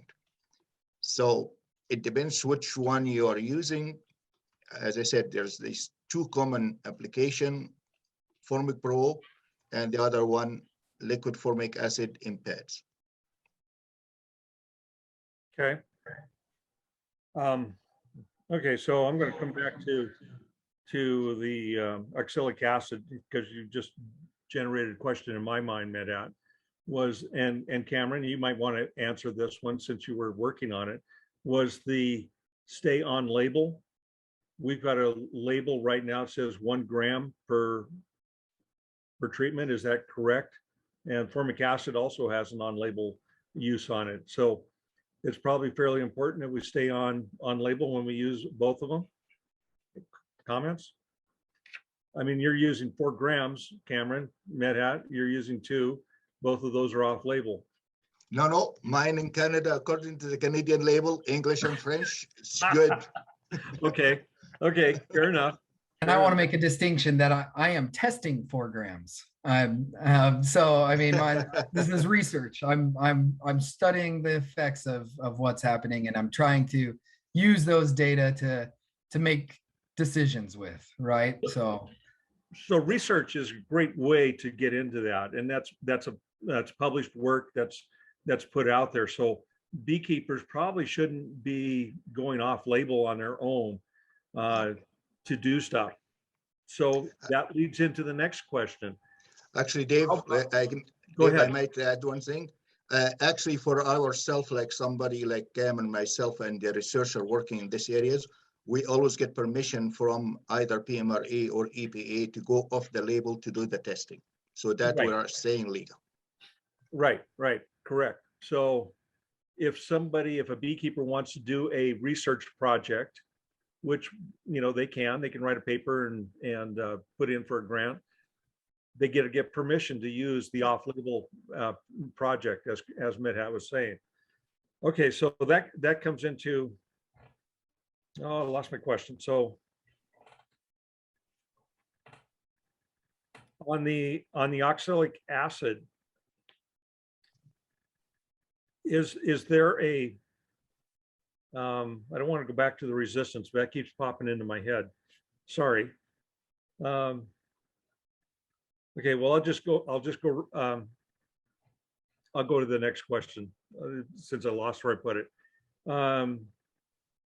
Is there a commercial name in the US, Cameron? This is probably for you. Medhat, you may know this. In the US of oxalic acid mixed with glycerin. So the question is it effective? Like, do we have a commercial name for it? Oh, no, I mean, it's not a legal method of application. So there's not a actually specific. What were you gonna say? So we'd be off label with that. Actually, Dave, I wrote in the answer section, it's epibioxal from V2 Pharma. It's approved by EPA. Okay. Right, but that's just oxalic acid, right? That's, Yeah, I mean, it's oxalic not, acid and that's not glycerin. with the glycerin. No, they are going together. Oxalic, it's a kit. Oxalic acid and glycerin, and you can mix them to apply them. Yeah. But Okay. is that a legal treatment of apibioxol? Yes, it is in the United Okay, States, okay. not in Canada. Okay. Not in Canada. Yeah. That's what you get from gray hair. I'm working on it. I'm working on it, Medhat. I'm trying to keep up. I'm going to Okay. jump in here real quick for a moment, Dave. Yeah. Just two things. Ask people people are starting to ask questions over in the chat or make comments. Please ask see your that. questions in the Q&A so that Dave doesn't have to keep jumping back and forth. So I questions am and answers and comment, put them under the Q&A. Second one is there is one here that because of this discussions says interesting topic, but who really uses apibioxol, however you pronounce it, oxalic acid? It's technically the only, and then it says it's technically the only approved OA. So would one of you address that? Who uses it, and is it really the only approved oxalic acid? I'll get there. Okay, Medhat, here's the question for you out of the question and answer stuff, because I'm a guy that likes to make jokes, and here's a joke for you. They want to know if you are treating your hair with oxalic acid. Yeah, I just tell Malcolm we have to try it in his baldness to see if it can, his gray will, his It hair is will. from Malcolm, yes. Yeah, Okay, that's from Malcolm, yeah. okay. I'm getting ready to use that treatment. Well, to myself. answer that question about, do people use apibioxol? So this is my understanding. So maybe someone correct me if I'm misunderstanding here. So when in the United States, when they approved the use of oxalic acid, it was under emergency permit to use it, and it was not the USDA held that permit, which there was no specific. I guess there wasn't a brand. It was just oxalic acid. At this point, that permit has gone to apibioxol, and so that is the legal treatment, would be obtaining oxalic acid. I mean, it's the same thing. It's a 97% apibioxol's label is 97% oxalic acid dihydrate, which is the same thing. So what? But it is. I mean, that is the legal way to get it. I'm actually kind of nervous when beekeepers find oxalic acid in some interesting products, right? And I'd be really nervous about just vaporizing some of these things. It's all the other ingredients in there that you don't necessarily want in your hive. You definitely don't want to be breathing it yourself. So I'm the safest when I say the label is the law, and currently apibioxol is the label. Okay, so you just entered in and triggered my mind for the question that I lost. Is the oxalic acid in application with a honey super on, is that going to contaminate your honey in the super?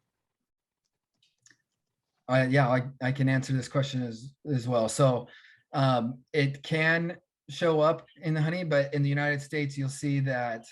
So here's the trick, is that according to the label, still at this time, it is illegal to have your honey supers on that is meant for those. If that honey is meant for human consumption, they need to be removed before you vaporize. Now, the change that happened, it was a number of months ago now, but the USDA said basically we're not going to inspect honey for oxalic acid. There's probably multiple reasons for that, but one of it is that the oxalic acid that shows up in honey is typically at a fairly low dose, but still, according to the label, the supers are supposed to be removed. Okay, that answered that question fairly well. If somebody is actually trying to sell their honey at the farmer's market or to a producer or a packer, they will probably be challenged if somebody wanted to test them. Now, I think that's, stay on labels again. Okay. And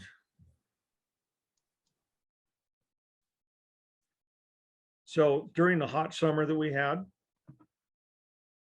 and on cold summers, does that affect the kill of the mites? So that comes back between Canada and the US. What does natural temperature, ambient temperature do to the mite loads that we have?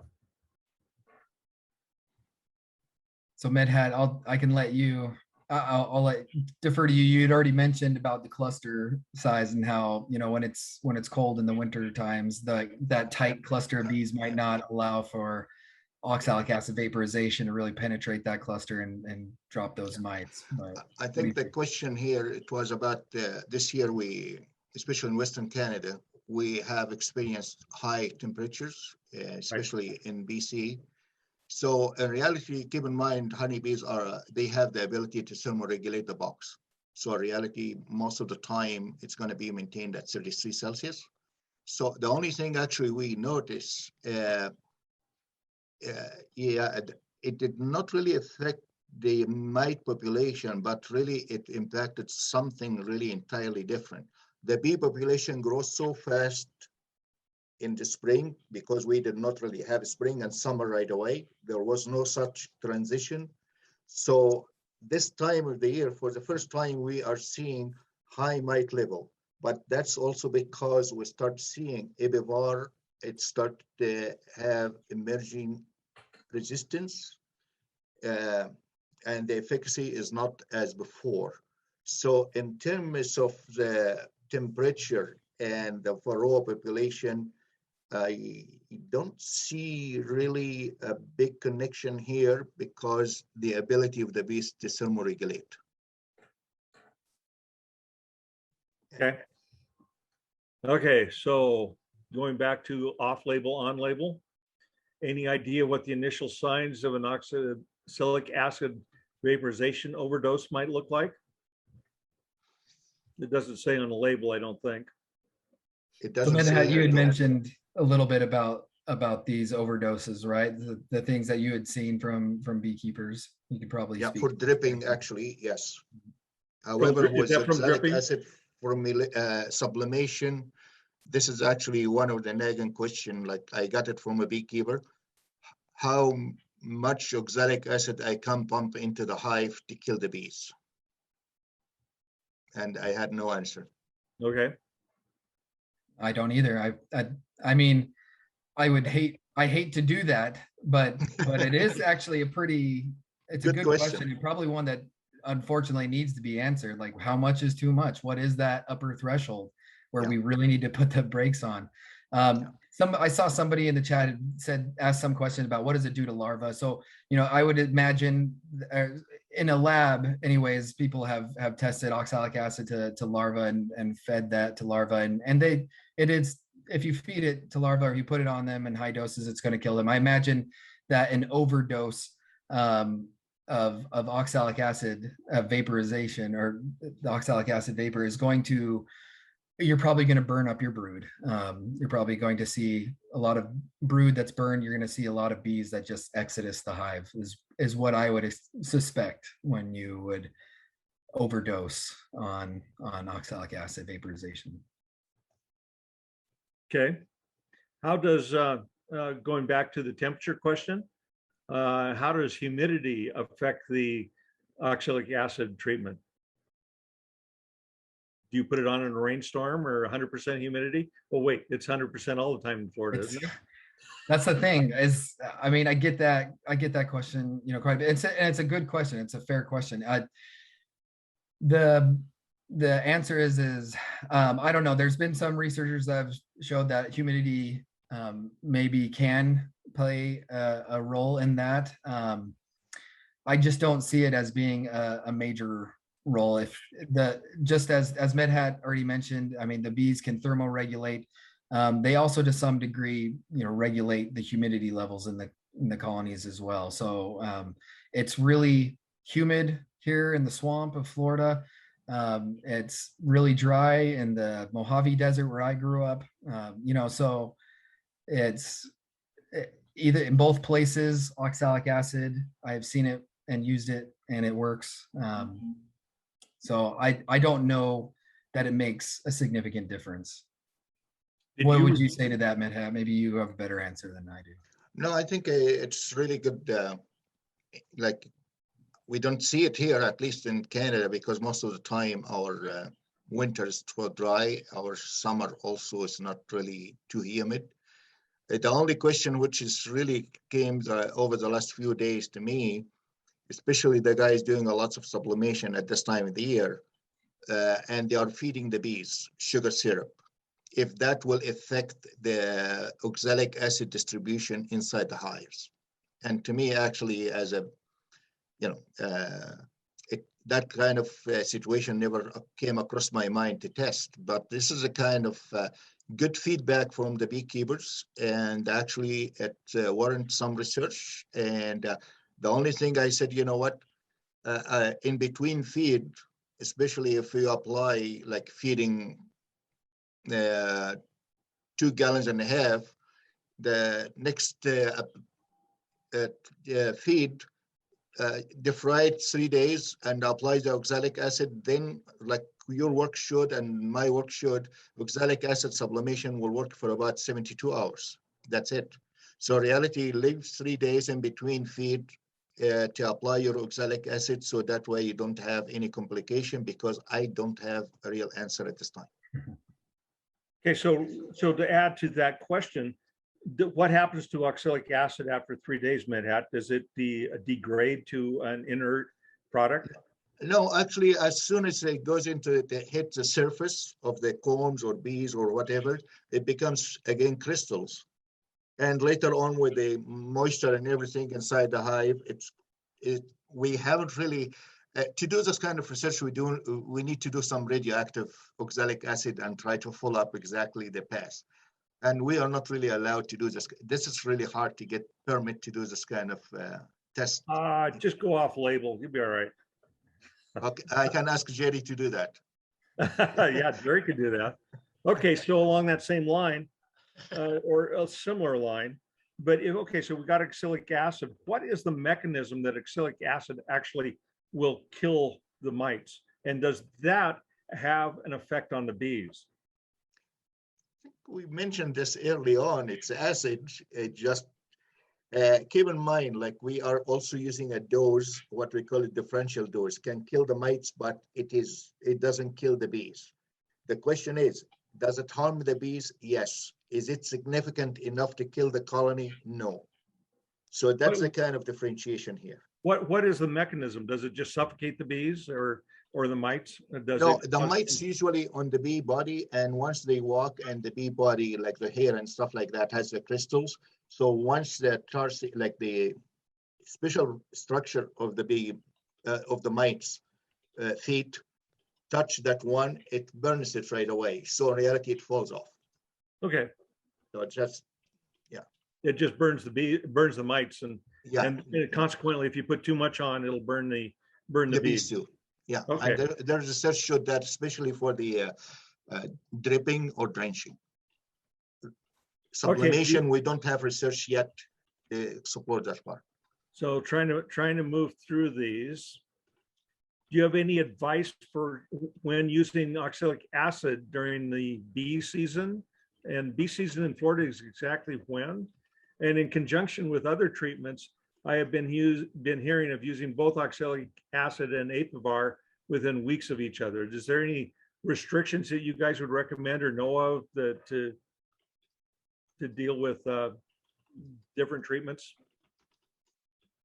So I don't know. Well, let me answer that first part of the question about the season in Florida. So bee season in north central Florida, where I'm located, is going to be March. All of a sudden in March, they're swarming. I mean, it's turned on. They're ready to go, and that will continue through about September. Once you get kind of through September, it's still hot. It's still, I mean, there's 2 seasons where I'm at. It's either summer or it's fall. Fall is December through February, where it's just nice. And that's why people live in Florida, is like right in that time is perfect. Every other time of the year it's just too hot and muggy. But as far as combining, different treatments, I think there's work to be done there. As we said, oxalic acid has such a short kind of action of about 3-day period. And the label does not it doesn't specify a delay in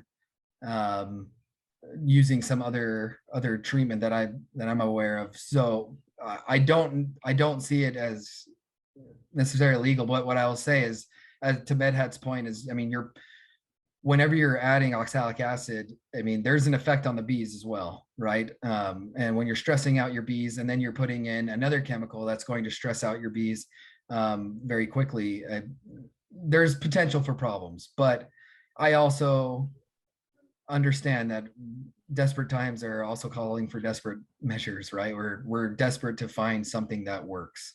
And so I think there's potential here for some good research that should happen of kind of coordinating and using different chemical controls together.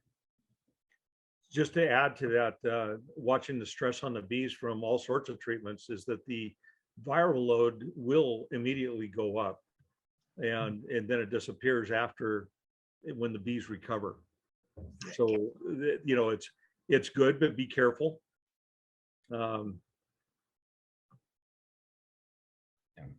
Okay, so do you give a whole season of chemical products to use as mite management, assuming a spring, midsummer, fall, and winter treatment? Could either of you kind of comment on that? As your research project went on, you did, was it 3 weeks, which was past the brood cycle, but I think I picked up when you saying this, Cameron, that it was, you just picked 3 weeks, a little bit on the arbitrary side, as opposed to following a brood side, and then step into treatment over the year, outside of the honey production.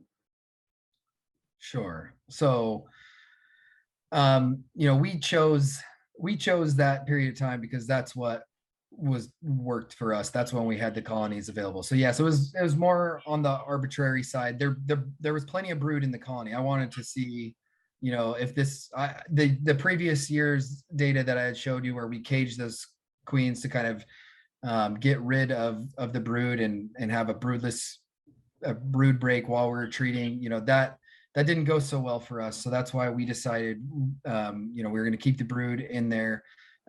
Even though over time we see the brood declining, and it's just happened to be kind of a late, we were in late summer at that point. And so as far as like what I would recommend in terms of multiple uses, it's going to be different probably where you're at within your location. I can tell you a bit about what we do and how I would treat, but I would really say it's likely to be different. So in the early spring is when we, here in our location, we see a really good effect from formic acid or thymol. So we tend to use something to that effect as a spring treatment. Once we get before the big major nectar flows, so again, for us, the big nectar flows in our area are in late April, early May. And so once we get through that, kind of in early June is when we really hit our nectar dearth for most of the year. And that's when we will use something like Apivar. So, we're using Amatraz to control. Then once we kind of get later into the season is when I've used oxalic acid kind of regularly and kind of using, but I just, I want to stress the importance of monitoring again. This is something I feel is really important if you're looking and where your mite levels are before you decide to treat. That's going to help you determine what you use for that treatment. I get an email probably at least once a week, once every, maybe every other week, I get an email from a beekeeper that has figured out how to save the industry. They have, they'll tell me some random thing that they're using, and they swear that they don't have mites, which is fantastic. But almost never I see the data of before and after. If I don't have anything to show for it, then I mean, I don't know. I can't believe you. I love the saying, in God we trust, but everyone else needs to bring data, right? So like, I mean, There you go.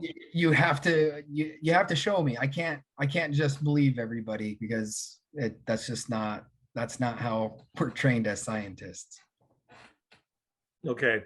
So I see Jerry's got his hand raised. Is that right, Jerry? Well, I'm trying to figure out here. 3 or 4 people have been raising their hands. It's hard enough for us to follow Q&A and chat and other type of things. So if some of the people that raise their hand, and then I can't even tell who's raising their hand here. So I've seen that too. I don't know. Put it in the question and answer. I'll try to get to it. Yeah, put it under the Q&A. Yep. Okay. I'll ask people, and we should wrap this pretty soon, because at least Cameron is running pretty close to the midnight hour here. But I was going to say I don't want to be a party pooper, but I'm gonna have to.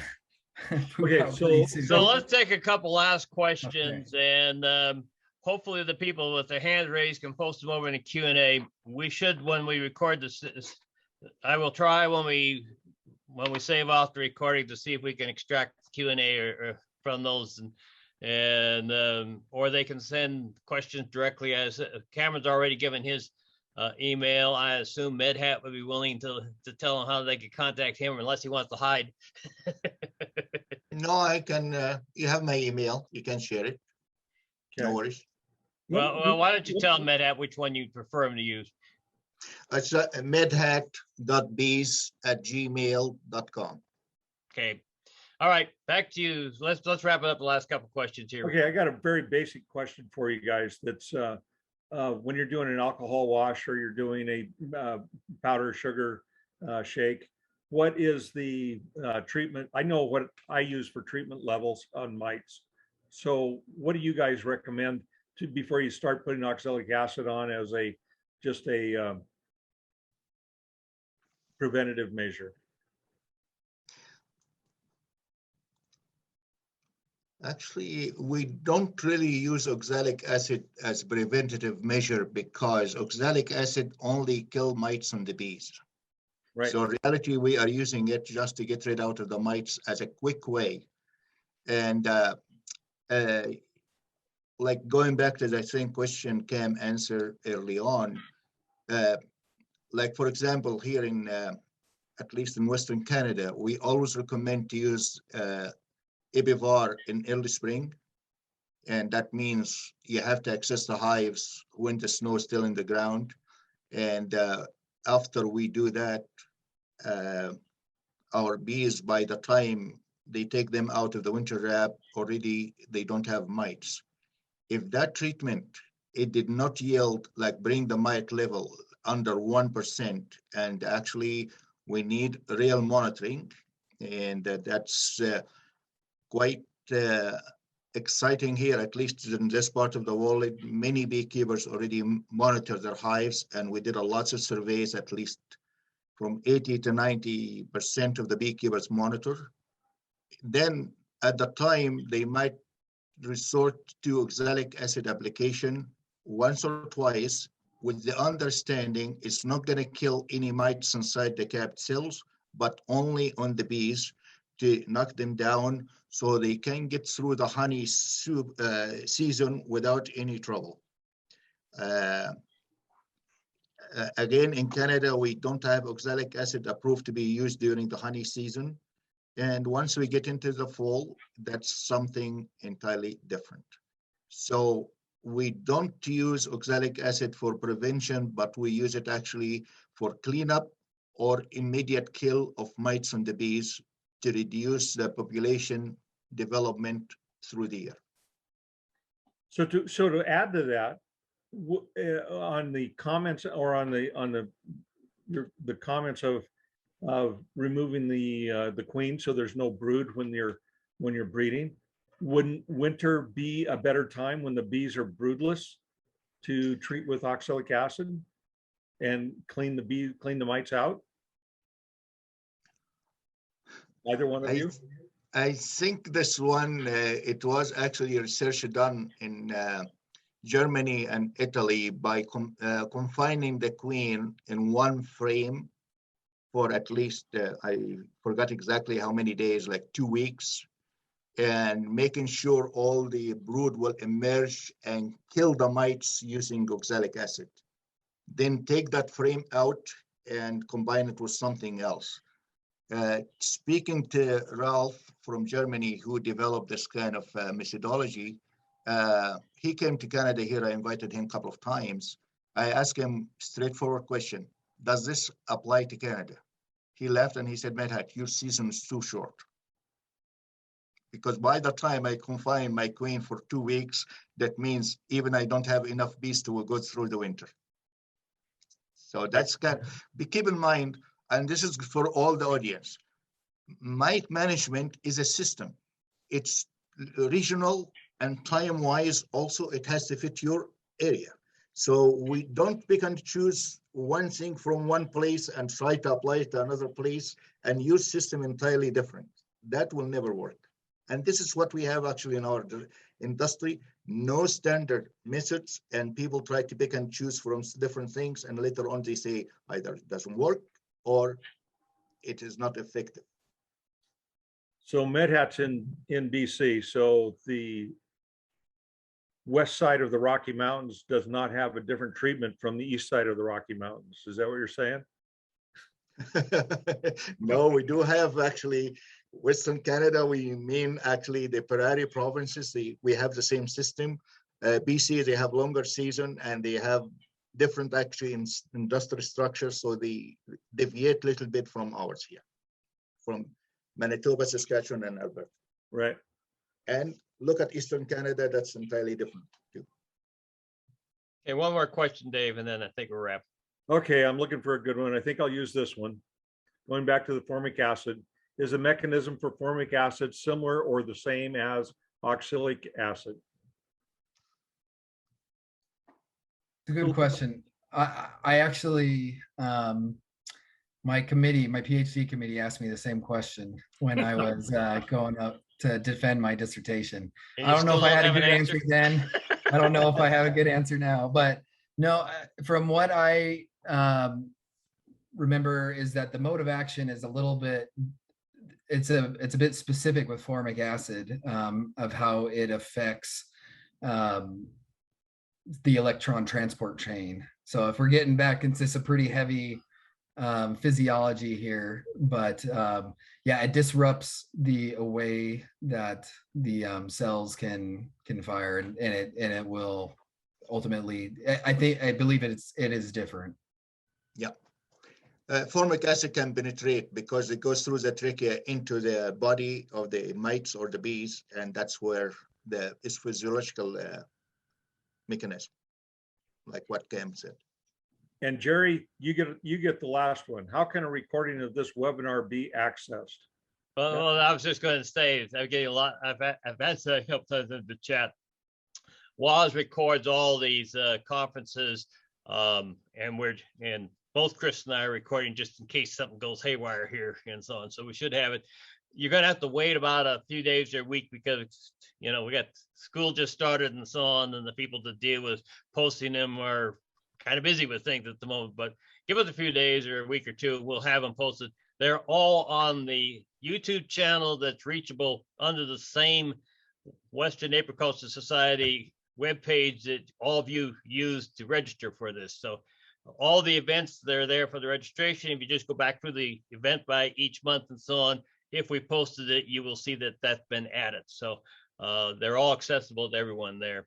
And there's a couple people that said, gee, I didn't know that WAS existed, or how do I reach these things? We are having for 2021 monthly webinars. We don't always have them on the same week of the month. It depends on the availability of the speakers. We try to shoot for a Wednesday, but all you have to do is check with the WAS site, or if you want your club or group to be on my, and I'm the one that sends them out to the individual associations on my list. I use an American Online email for general use like this, and it's because I've been doing research on bees for 48 years. The name is Bee with 2 E's, Bee Research. So Bee Research at AOL.com. Send me that, and if you got a Facebook page or link or so on, give me your Facebook address and so on, and I'll add them to the groups that I contact each month. So thank you, Dave. That was a good question.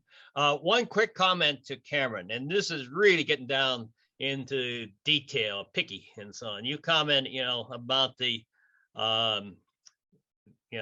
vaporization and sublimation and so on. You've used a couple terms that hit my buttons in terms of correct usage. Organic methods is a really bad word, because I have enough chemistry in my background to know that there are in the natural world inorganic chemicals and organic chemicals. And you said arsenic was organic. No, arsenic isn't technically an inorganic chemical. It's an elemental chemical, okay? But because it's naturally occurring, which is really what these organic folks are talking about and so on, it's called an organic treatment. So, I really don't like that terminology, because organic farming and so on has nothing to do with organic in terms of the chemical world, where we talk about organic chemicals and inorganic chemicals. So that's my nitpicky detail. Well, thank you, Jerry. Thanks for enlightening me. Well, anyway, we had a great turnout tonight. We had well over 300. The viewer from Pakistan says it's the girl from Pakistan. So shout out to the girl from Pakistan. And Frank Lindsay's still hanging in here with us. If you want to say something, he is unmuted. Frank's from New Zealand. Frank, do you have any comment you want to make to Cameron or Medhat before we sign off? No, I was talking to Medhat just before, a week or so anyway. And it's interesting what they're doing. We found over here that just using the Formic Pro, we have brood all year round. It just controls it. It doesn't knock it on the head. Okay. Thanks, Frank. And I see we still have the founder of WAS online, but Chris, you may have to, Eric, you'd have to unmute yourself. I can't unmute you from here. Do you want to say anything, Eric? I'm gonna bounce off real quick. I've got to get going, but thank you again. Thank you, Cameron. Bye. Thanks, Cameron. Great thing. And the comments over under the chat and so on, it's just people really enjoyed tonight and found it informative. This is probably really got the comments are just coming in. Rave reviews, guys. Rave reviews. Okay. Well, great. Okay, Jerry, this is Eric, and hold on a second, Cameron. Go ahead, Eric. A very, very nice program tonight. Very, very practical. A little bit, well, almost overly chemical or chemistry, perhaps, versus somebody. But it's just wonderful that you can continue to pick these topics, and people can explain them very well, so that we have a much better understanding of what's going on with our bee problems, because we've got quite a few. So I just thank you so much for putting these together, bringing them to us. And the only thing that people won't know what I'm talking about is you owe me an answer to an email, and I want to get that soon. I sent it today. You haven't looked at your email today. Cool. That's great. All right, Medhat, you're still sticking in here with the really good evening here tonight, Medhat. Thank you.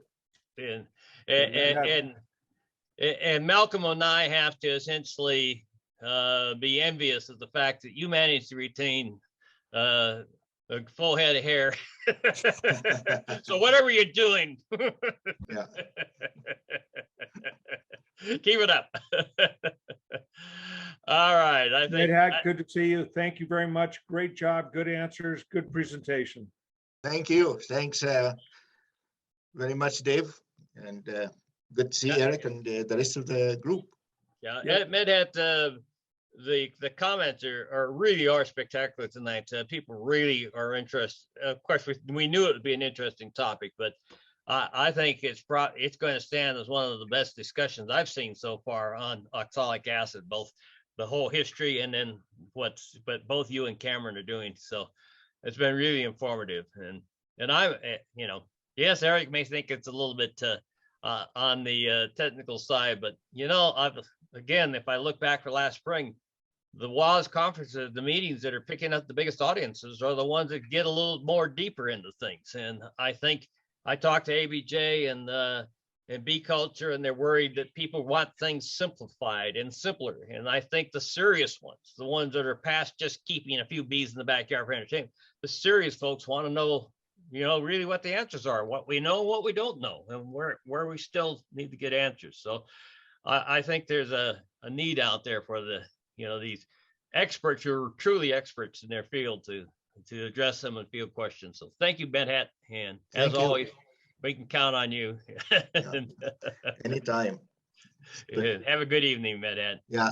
Good evening, everyone. Thank you. See you, Medhat. See you. Yeah, thanks, Frank. All Eric. right. Thanks, Jerry. Thanks, Yep. Dave. Thank you, Jerry. We'll see you later. Yeah, thanks. Yeah. Thanks, Dave, particularly since I dropped this on you laughing 5 minutes notice, but That's all right. That's all right. At least I was a little bit familiar with the subject.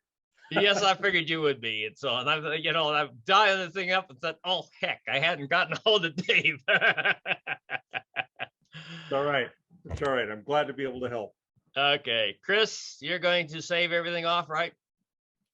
Yeah, I'll save it and upload it. See if you can I don't know whether we always automatically capture the Q&A and chat, but please try to do so, because we might want to post those too.